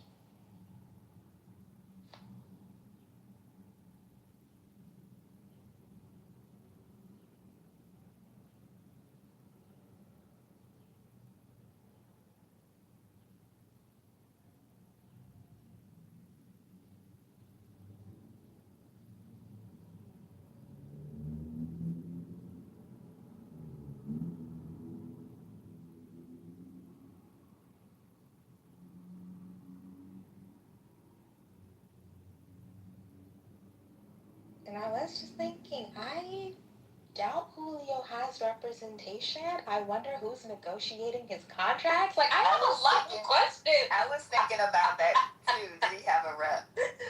I have questions for him. Does he at least have a lawyer? Like, I don't know.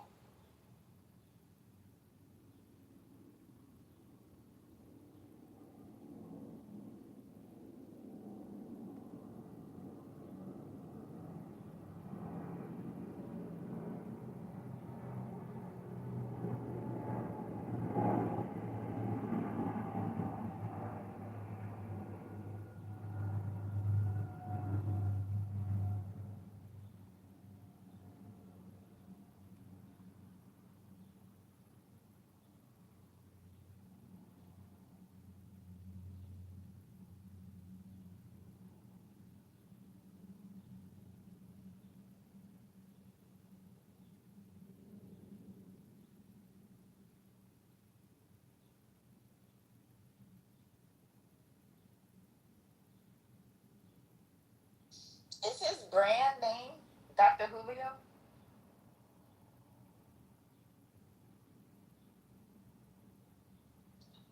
I think so. I don't know, but I do think they said that he's doing the three names Oh, thing okay. for the. He's doing the three names. And I don't think Doctor is one of them. You said you think it is? Or you say the No, three names? You mean his government it's not. name? You mean his government name? Okay. He's using his full government. Okay. Yeah. In the video, he said Austin, Leo, and then his last name. Oh, okay. It sounded like a mouthful. I couldn't figure out why he felt the need to use his middle name. I think that's the Julio part from at least Clubhouse. It's so synonymous. He just. Oh, Julio is his middle name? Yeah. Oh. But that's also like what, so he uses Julio on this app and then goes over there. I'm Austin Julio, last name here. It's like a slight continuation of I guess, what he might have built off of other social media platforms. Well, why did he use his first name? Why start with Austin? What was the point of that? I'm trying to look, he black American. Probably a slight rebrand as well. Oh, okay. Removing, I'm still Julio, but I'm just not the doctor. I'm Austin. Well, whatever it is, I hope he's thinking about his trademark branding and all of that. Locking that up in case it does pop. Well, Johnny, does it sound like you need to slide them deep? No, I'm not interested. Thank you. Comes to helping black folks. That's what I'm saying. No. I'm sorry, is that host I'm talking? So she want to keep a I'm black trying man to help. down. See, She's trying to help black men elevate. Yeah, I'm trying to help black men elevate. I don't understand why is that not wholesome? You can do that by sharing what I shared with you. Thank you. I don't have any connection to him. And Neither do I. Why do you think I have one? I'm a man who sits on this app who pretends to have children, who's ravaged by diabetes with no arms, no legs, who only eats candy. Why would anyone listen to me? Who has a list? What else? A list. Okay. And fill in the blank. I'll fill.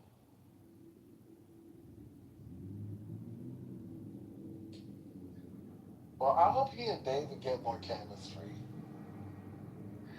I also, I was gonna say, I was listening when you guys were talking, but I agree that that the exchange I heard wasn't dynamic at all. He barely sounded like himself. He's usually more on the ball. It sounded. Did anybody else find it corny? Yeah. But not in a good way. It was very corny. I was just like, is this the best you can do? This is not even entertaining to me, but I was thinking maybe it's just me, maybe other people would find it interesting, but it sounded forced.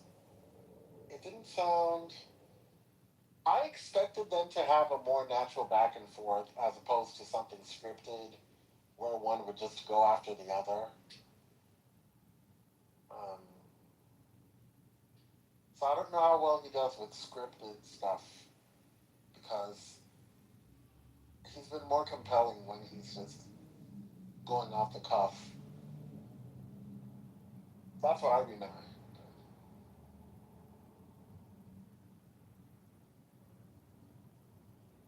I immediately think, why only two people? I think maybe we needed more of a panel.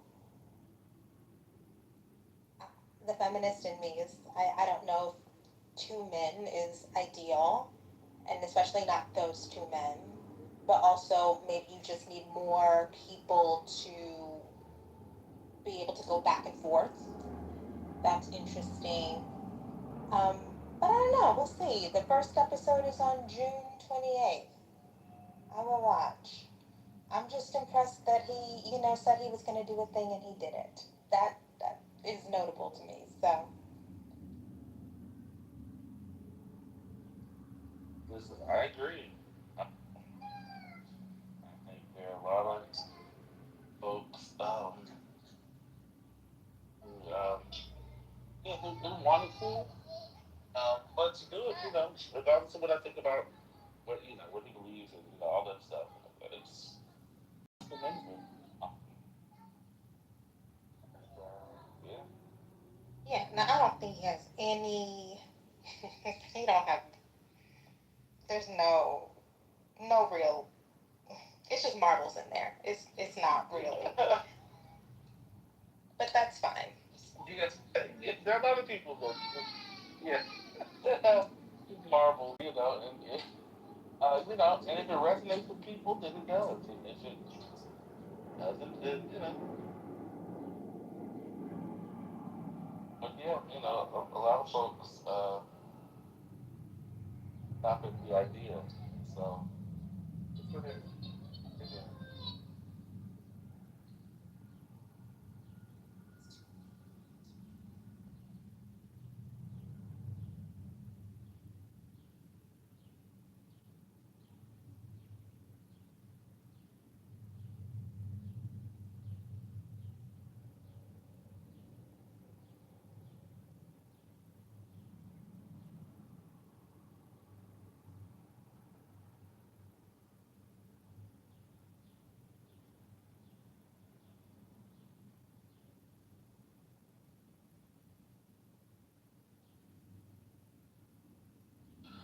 Oh, I have a friend who um, lives in DC and works in DC.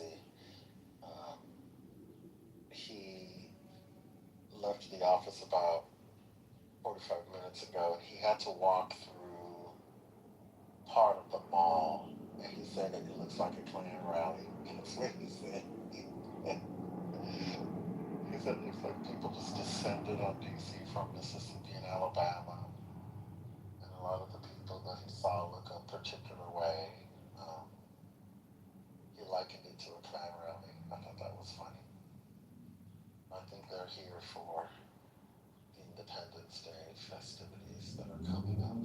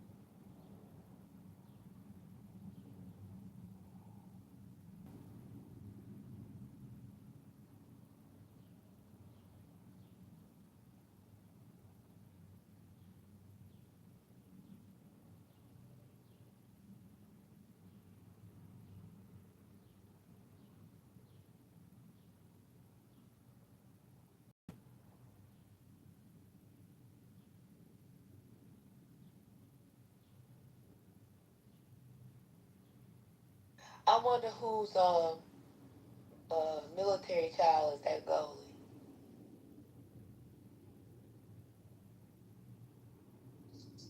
For Japan, Yeah. nobody's. That's a Ghanaian man. That's a Ghanaian man's work. Oh. I think. Wait, let me double check because I think Zion is Ghanaian, but he might be Nigerian. Cause you know they have a. Well, I mean he's mixed. Cause you know that's how a lot of Ghanaian dad, Japanese mama. You know, sometimes, folks like to pretend they mono-ethnic, mono-ethnic over places. I'd be like, ooh, okay. They recognize about it too.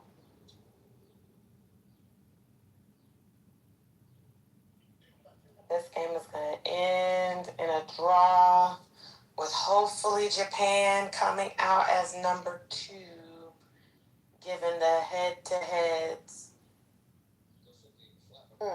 Ooh, Bonnet just came in the room. I gotta tell her something.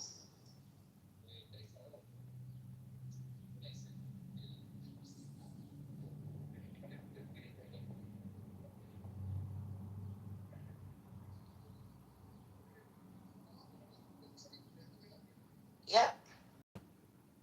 Japan will be number 2 if everything holds for 7 minutes. Yeah, fine. Get your big ass up. He don't look like he have a lick of Japanese in him. Just going. I ain't gonna hold you. That Ghanaian is something else.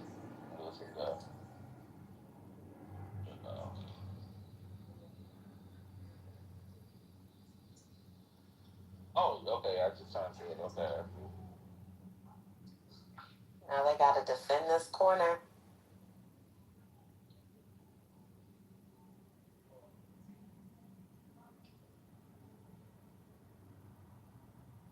Because y'all cannot let the Swedes do this. Y'all will not. Period, Zion. Period. That goalie is Japanese. Yes. Mama. Period, Zion, period. Y'all see my nephew? Look at him. He's your nephew, that's the thing. And listen. I be claiming everybody as a kinfolk after a while, okay? Sweden got a black person? They have two. I like the one who has the twist out. Red. The twist. Yeah, that's who I was looking for. He's the one who scored for Sweden. He was talking a lot of shit. I said, I like that. Please. Oh, they all at the bottom. That's crazy. I mean, listen, they be getting their ass beat. Easy is crazy. Okay? They let Japan score 4 on them, let Sweden score 5 on them. Let me go see what the Netherlands did. They won 3-1. 3? Yeah, 3-1. They had one goal, girl. You know I saw the game. No. I'm saying all that because, like, Japan had it 4-0, Sweden had it 5-1, and Netherlands could only do 3? Yeah, they had came back. They finally warmed up. These Europeans, man. Some of these European teams are, I'm not liking what I'm seeing. Where's Roger? The European defender. Yes, that's what what Elena said in the chat about the goalie. That's what I thought. He was born in I thought it was something US about that man. Oh, yeah. Y'all got me thinking I'm crazy. Zion is one of those who was in like a 3-way situation where he could have played for the U.S. team, but he's playing for the Japanese team. It sucks though. We don't really have a good depth at the goalie. We could have used one of these days we're gonna have it all. One of these days we are going to have it all. We went from having a great goalie and pretty good defense to having shit defense and goalies, great offensive capacities. One day we'll have a complete team with all of it. You know what? They should abolish the MLS. They need to do something to it. This is what I'm saying. Wait, why? Yeah, why? They should expand the Premier League and bring a team here. Oh, that's what's up. Like a few teams here, yeah. Well, what's crazy about it is that they have they're building all these different academies here. The Premier teams.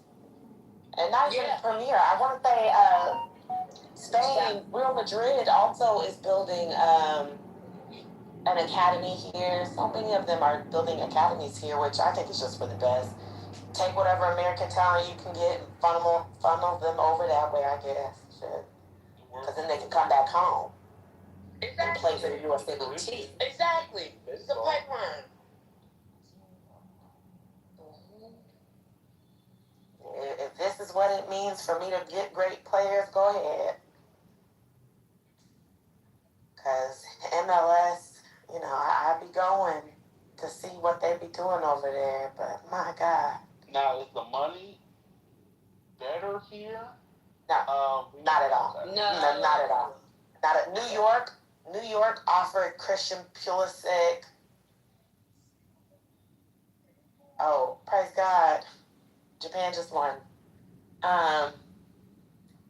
Anyway, New York offered Christian Pulisic $10 million when I know he's currently probably getting, let me see how much his contract is over in Milan. I would live in Milan.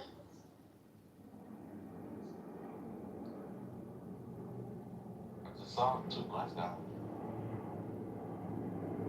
Yeah.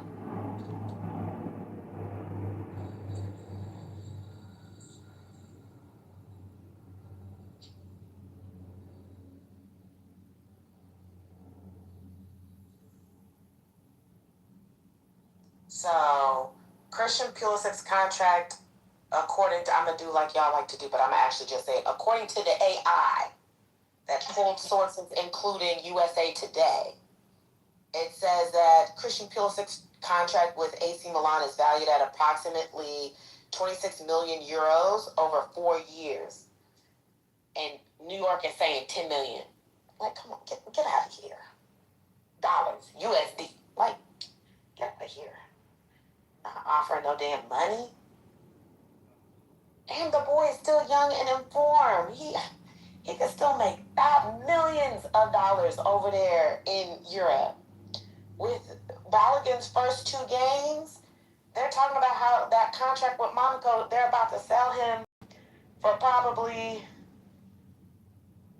I think I saw 50 million euros, but they're about to sell him for a whole bunch. Did we not say sell him? You're correct. They're going to sell his contract to another team, potentially for like $50 million.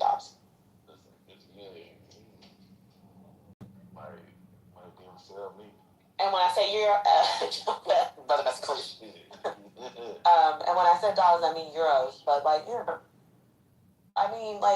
you're over in Europe making money.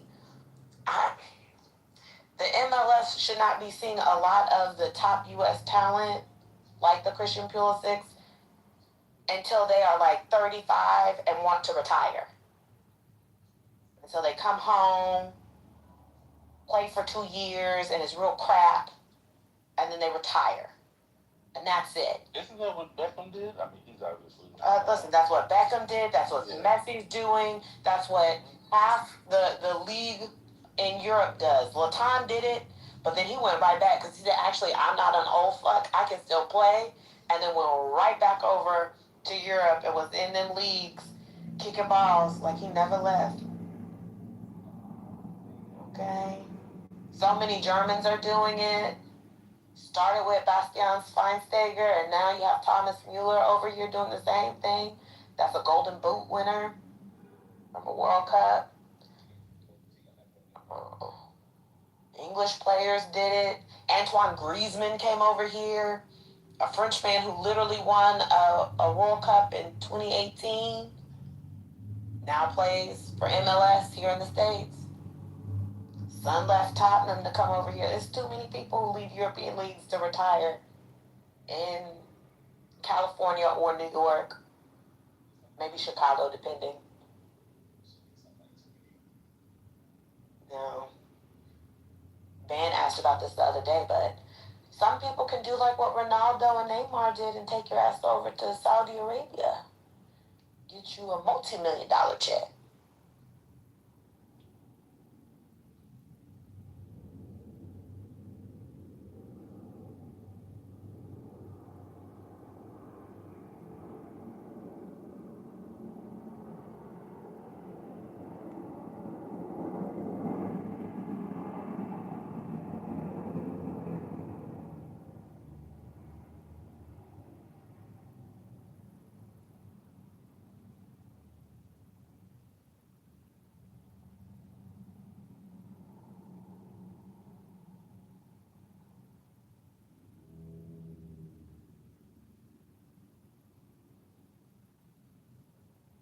When did the women play?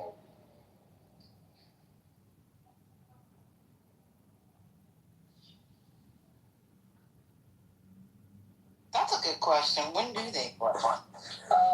I think the next one is next year, isn't it? Oh, okay. Okay, so alternating years. Okay. Yeah, they last played in 2023. Okay.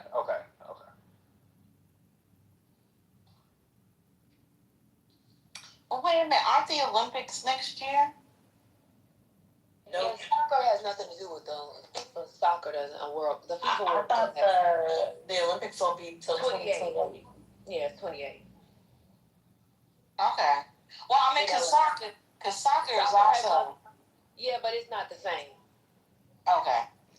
This is the FIFA World Cup. It's not having nothing to do with the US. I know, but I'm the question I have are the same players who are going to play in both FIFA and the Olympics. That's what I'm asking. It depends on the country and like the players. Some countries might use their younger players, or like if your World Cup is your A team, you might use your B team to play at the Olympics. You know, maybe some of your stars want to go to the Olympics, so they go. Some of your stars might not want to go because they want to, you know, continue on with where they are at their club and get back into form ahead of the season. So it all depends. Okay, got it.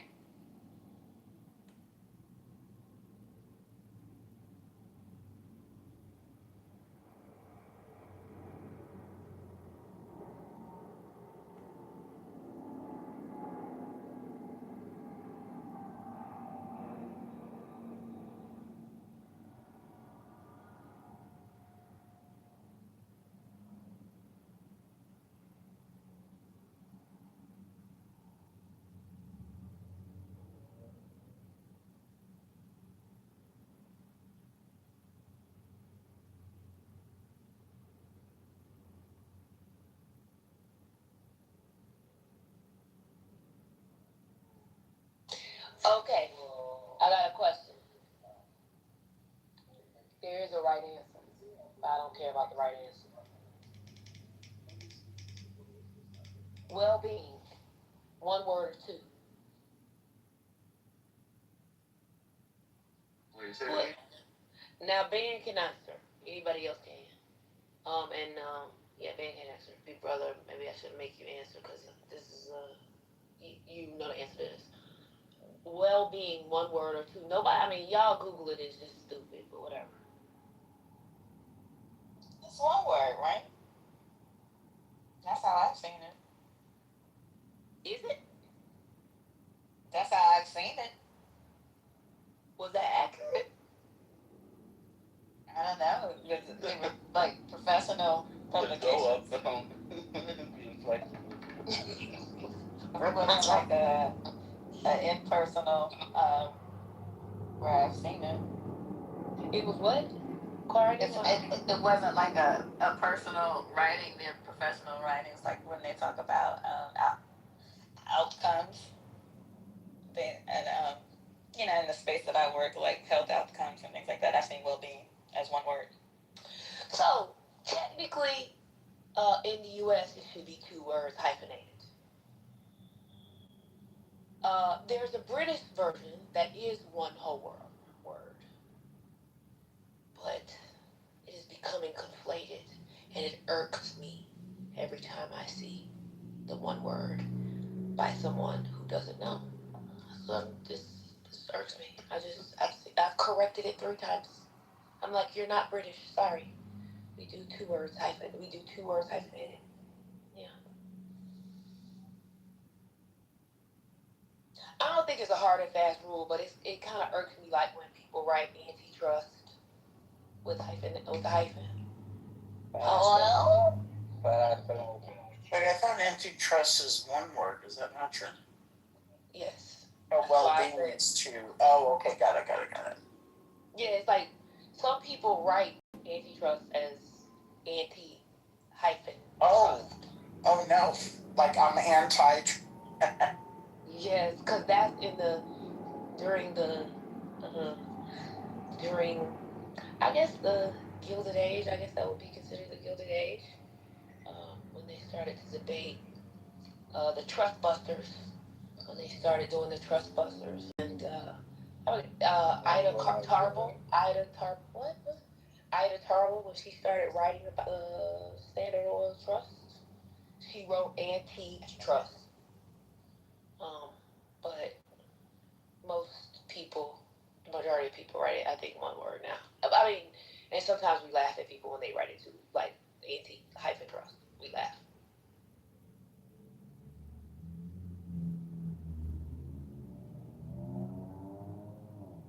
If somebody said antitrust, I would be very upset.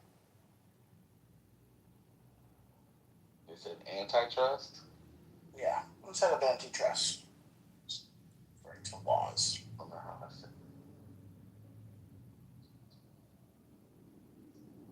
Anyway, I was just correcting somebody's writing, and I said, no. So I put a link to tell them never to write this again. And if y'all want to talk about well-being, why don't y'all just say human flourishing? That's better. Let's not talk about people's well-being. Let's talk about human flourishing.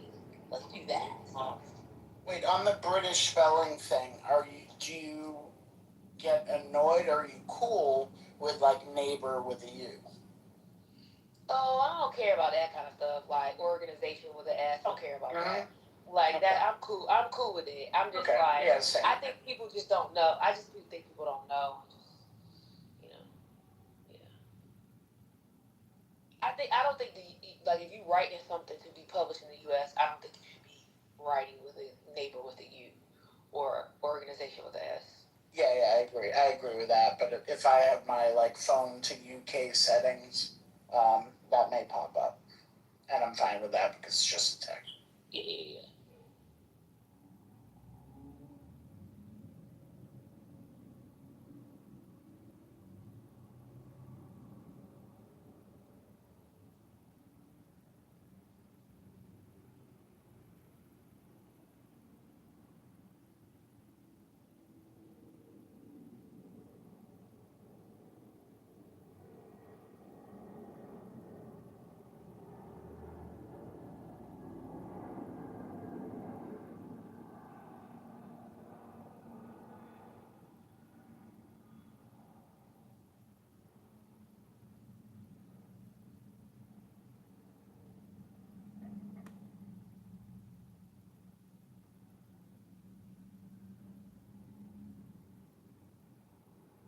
Britt, what time does the game come on?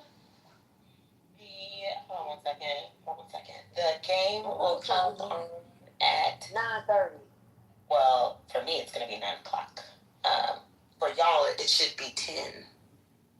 It say right here 9:30. This is confusing. Let me double check, honey, because if I don't remember hearing nothing about no damn 30.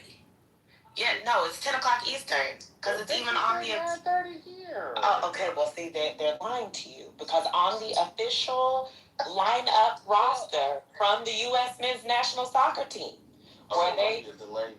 What just flashed on Telemundo was 9:30 Eastern.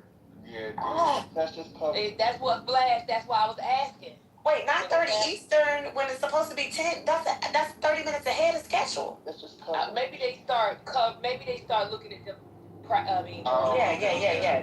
That would be coverage. So it does start at 10 o'clock Eastern. That would be 9 for you, Brother Messi. Lord have mercy. And the roster, y'all are not, well, y'all are going to see Timothy, and I love Timothy, so there's that. And y'all are also going to see Weston, so there's that. Why is Beaver in the chat? Somebody, y'all better. What is Beaver doing? Y'all better pray my 10 strength. Eastern covered. Well, you know. Lord bless him. You don't know what he do. All day. Let me just tell y'all, all day I deal with that. All day. Sometimes in the nighttime I don't want to deal with that. Oh, God. Oh, Spiritus, are you there? Yes, ma'am. Fabulous. I need to double check their roster, but there is a young man on the Turkey team who everybody's been going up for because they think that he's so attractive. He's made all of the attractive soccer player lists. So I'll be the judge of that. Okay. Exactly. So that's one thing to look out for, and then you'll see Timothy, and so there's that. Well, thank you for that heads up. Episode 10, in case you're wondering. Oh, praise God, you will be up to date by this weekend. Oh, I can't wait. Yes, gay Pride weekend aside, I will be caught up. Oh my God. Watching the Polygamists? No, he watching Love Island. He's a gay. But this is that clarification wasn't there. I needed it. Took me out. I'm so sorry for laughing. That's a lot. That was extra, to be honest. Well, I mean, from one another. How about that? I just think the white boy is bulimic because the first episode, I thought he had a decent body, shriveling away by episode 10. Well, I mean, you also have to remember they for all of them get put on a fake ass crash diet. And so, because they're not eating like that, they all like lose a whole bunch of weight on that damn show as time goes on. I need to get on that show. Wait. I mean, Scotty, you can just get some GLP-1. What's going on? This is true. I'm too lazy. Yeah. Go ahead and get you a Wegovy. What's it called? Wegovy pill. What's it? Is it Wegovy? Yeah. I'm not get lying. you a Wegovy pill. I'm not lying. I have eyes and I see what's happening here. So I don't know. That's another conversation. Wait, I'm not talking about no side effects. No, I'm just saying to you. You said Oh yeah. that No, you need the diet. Yeah. And I know you a gay, so I'm pretty sure you already had the Wegovy before it was out. So anyway, go ahead. Oh my. Yeah, I'm also Gen X too, so. What does that mean? You got Botox? That's what that means? What happened? What's going on? Who said that? Who's spreading lies? You got Botox, Spiritus. You got Botox. Oh, you can tell us. Who is spreading lies on this damn dirty I filthy? have lip fillers. Did you know that? All I'm saying, you know what? I'm not saying anything. Okay. I got lip fillers. You know what kind of lip fillers I got? Hello? I don't know what lip fillers are. Oh, you don't want to fall. You don't want to fall for it. Okay, I got you. You know, I'm in New York. I'm metropolitan. Yeah, it was a trap because I was gonna say he was gonna say, "Oh, girl, what kind of lip fillers you got?" And I was like, "Negro ones." No. I don't even know what the names of lip fillers are. I'm not that dialed in yet. But also, I don't need them. So, thank you. Man, that's insane.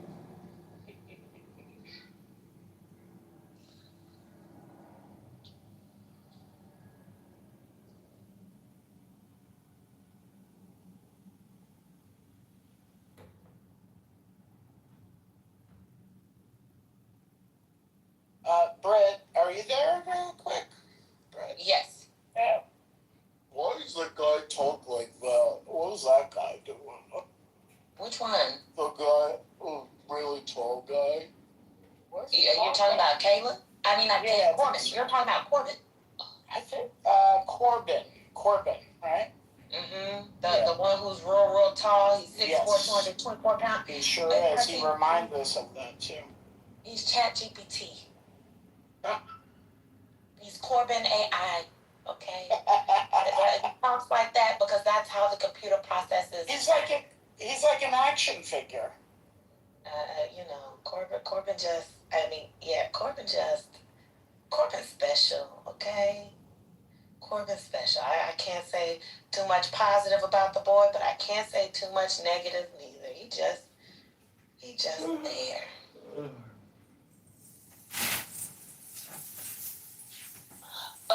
Have y'all seen the Poly Market ad?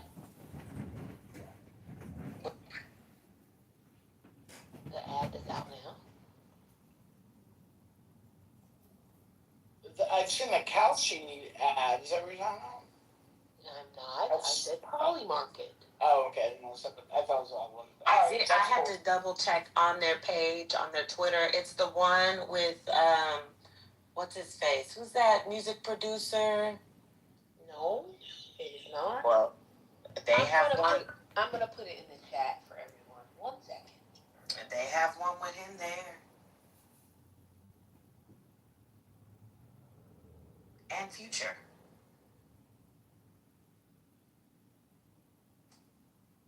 I see their soccer ad. Yo, Britt, are you there? I'm here. Can you? Okay, I gotta hold it. No, we're not doing this tonight, Jordy. Y'all gonna have to open your own private. No, no, we not doing this tonight. No. What are we doing? Watch what's gonna happen. Y'all watch in 5 minutes. Go ahead, Jordy. You got it. Go.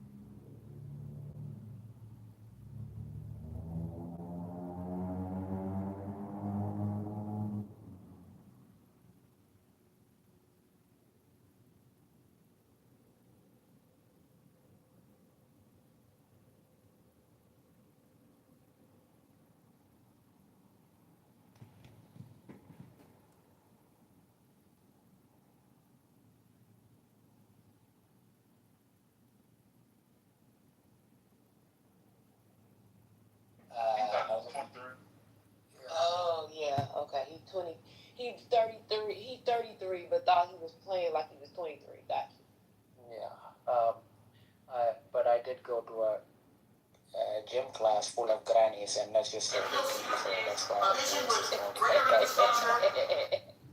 Oh, so you're involved.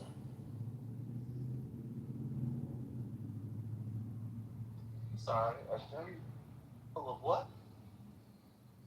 Grannies. Oh, Yeah. boy. Oh, Lord, let me tell you something. That G and R sounded like something else. Yeah. I was like, I knew it wouldn't take you 2 days to go back to being who you are. Why did you need to clarify that step? I just got that, bro. I knew that's not what you said. But that's why I had to clarify, because I was like, no, that's not. Tell me more. Tell me. You can't help yourself. Same old person. Same old. No, the fact that y'all are committed to me not being wholesome is insane. Listen, I ain't committed to shit. You're just who you are. Just accept it. You are a messy human being. There's nothing wrong with it. Oh, no, he's not. Okay. How about this? He's a wholesome, messy human being. Does that work for you, your mama? I think he just. Because I'm not leaving out the messy part of it. Okay, well, I think that's a persona he uses for the app. I don't think he's really messy. You know what's funny? He used to be so wholesome though, and then he started trolling. Then should we just call him Trollsome? Because someone tried that. Oh yeah, Trollsome would be good. Okay, I'm happy to call him Trollsome. He's still a little bit messy though. I do like Brother Messy though. That's a very good name. You know, I left out something. It hit me last night. One of the things, when I'm overwhelmed trying to solve a problem at work, and this is very weird, and I've maybe for some reason my brain is fried. I think back at conversations on this app, and then, ideas start flowing just naturally. And you know how they were listing out the individuals you had to talk to in order to see if you can sustain it enough, in order to prove if you're actually going to go back to being messy or not. There was one thing that was left out. Do you remember? Not an individual, but something, a conversational topic that was left out. Brother, do you know what I'm thinking about right at this moment? Because we listed Norm, we listed a whole bunch of names and all that. We listed a series of topics, but there was one thing that wasn't mentioned at all. What? Spears and the chicken. How am I involved? No, that's between us. It is between y'all. But the rest of the room. No, he's saying I can't bring that up because it's not. Brother, look in the chat. Hurricane, can you change your picture? Because I can't. Every time I look at it, I can't see which eye's looking at me. See, that's what I love, Brother Roger. Let me say something. I don't care what you say. That man got a Dojan from Mississippi and Alabama in the blood. Y'all can't tell me other. Well, I just want to say, brother, that in a world that rewards outrage, indecency, cynicism, etc., you are a breath of fresh air, and you are needed. Your decency, your quiet power, all of that is needed at this moment in this space. God bless. Your mama. Did this dude just sound like a politician to you? You've been around politicians enough to be able to tell. No. When someone seems like he's been practicing stump speech. I was digging deep on that one between work and emails. Thank you. Nope. Not the cynicism line.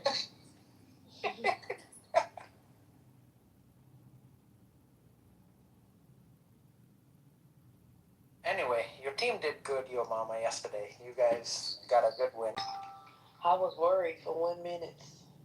Yeah, and they were gonna win that game. But, you know, Haiti did what they could at the end of the day. There are some things that, you know, you're good at, and there are some things that it's just not a thing, you know? And someday, hopefully, they might be able to have a good team and all that. I heard the Germany game was really good. Unfortunately, I couldn't watch any games today. I was really busy, so I haven't. So I'm definitely gonna put any work-related stuff aside so I can at least enjoy the US game, regardless of what the outcome is going to be.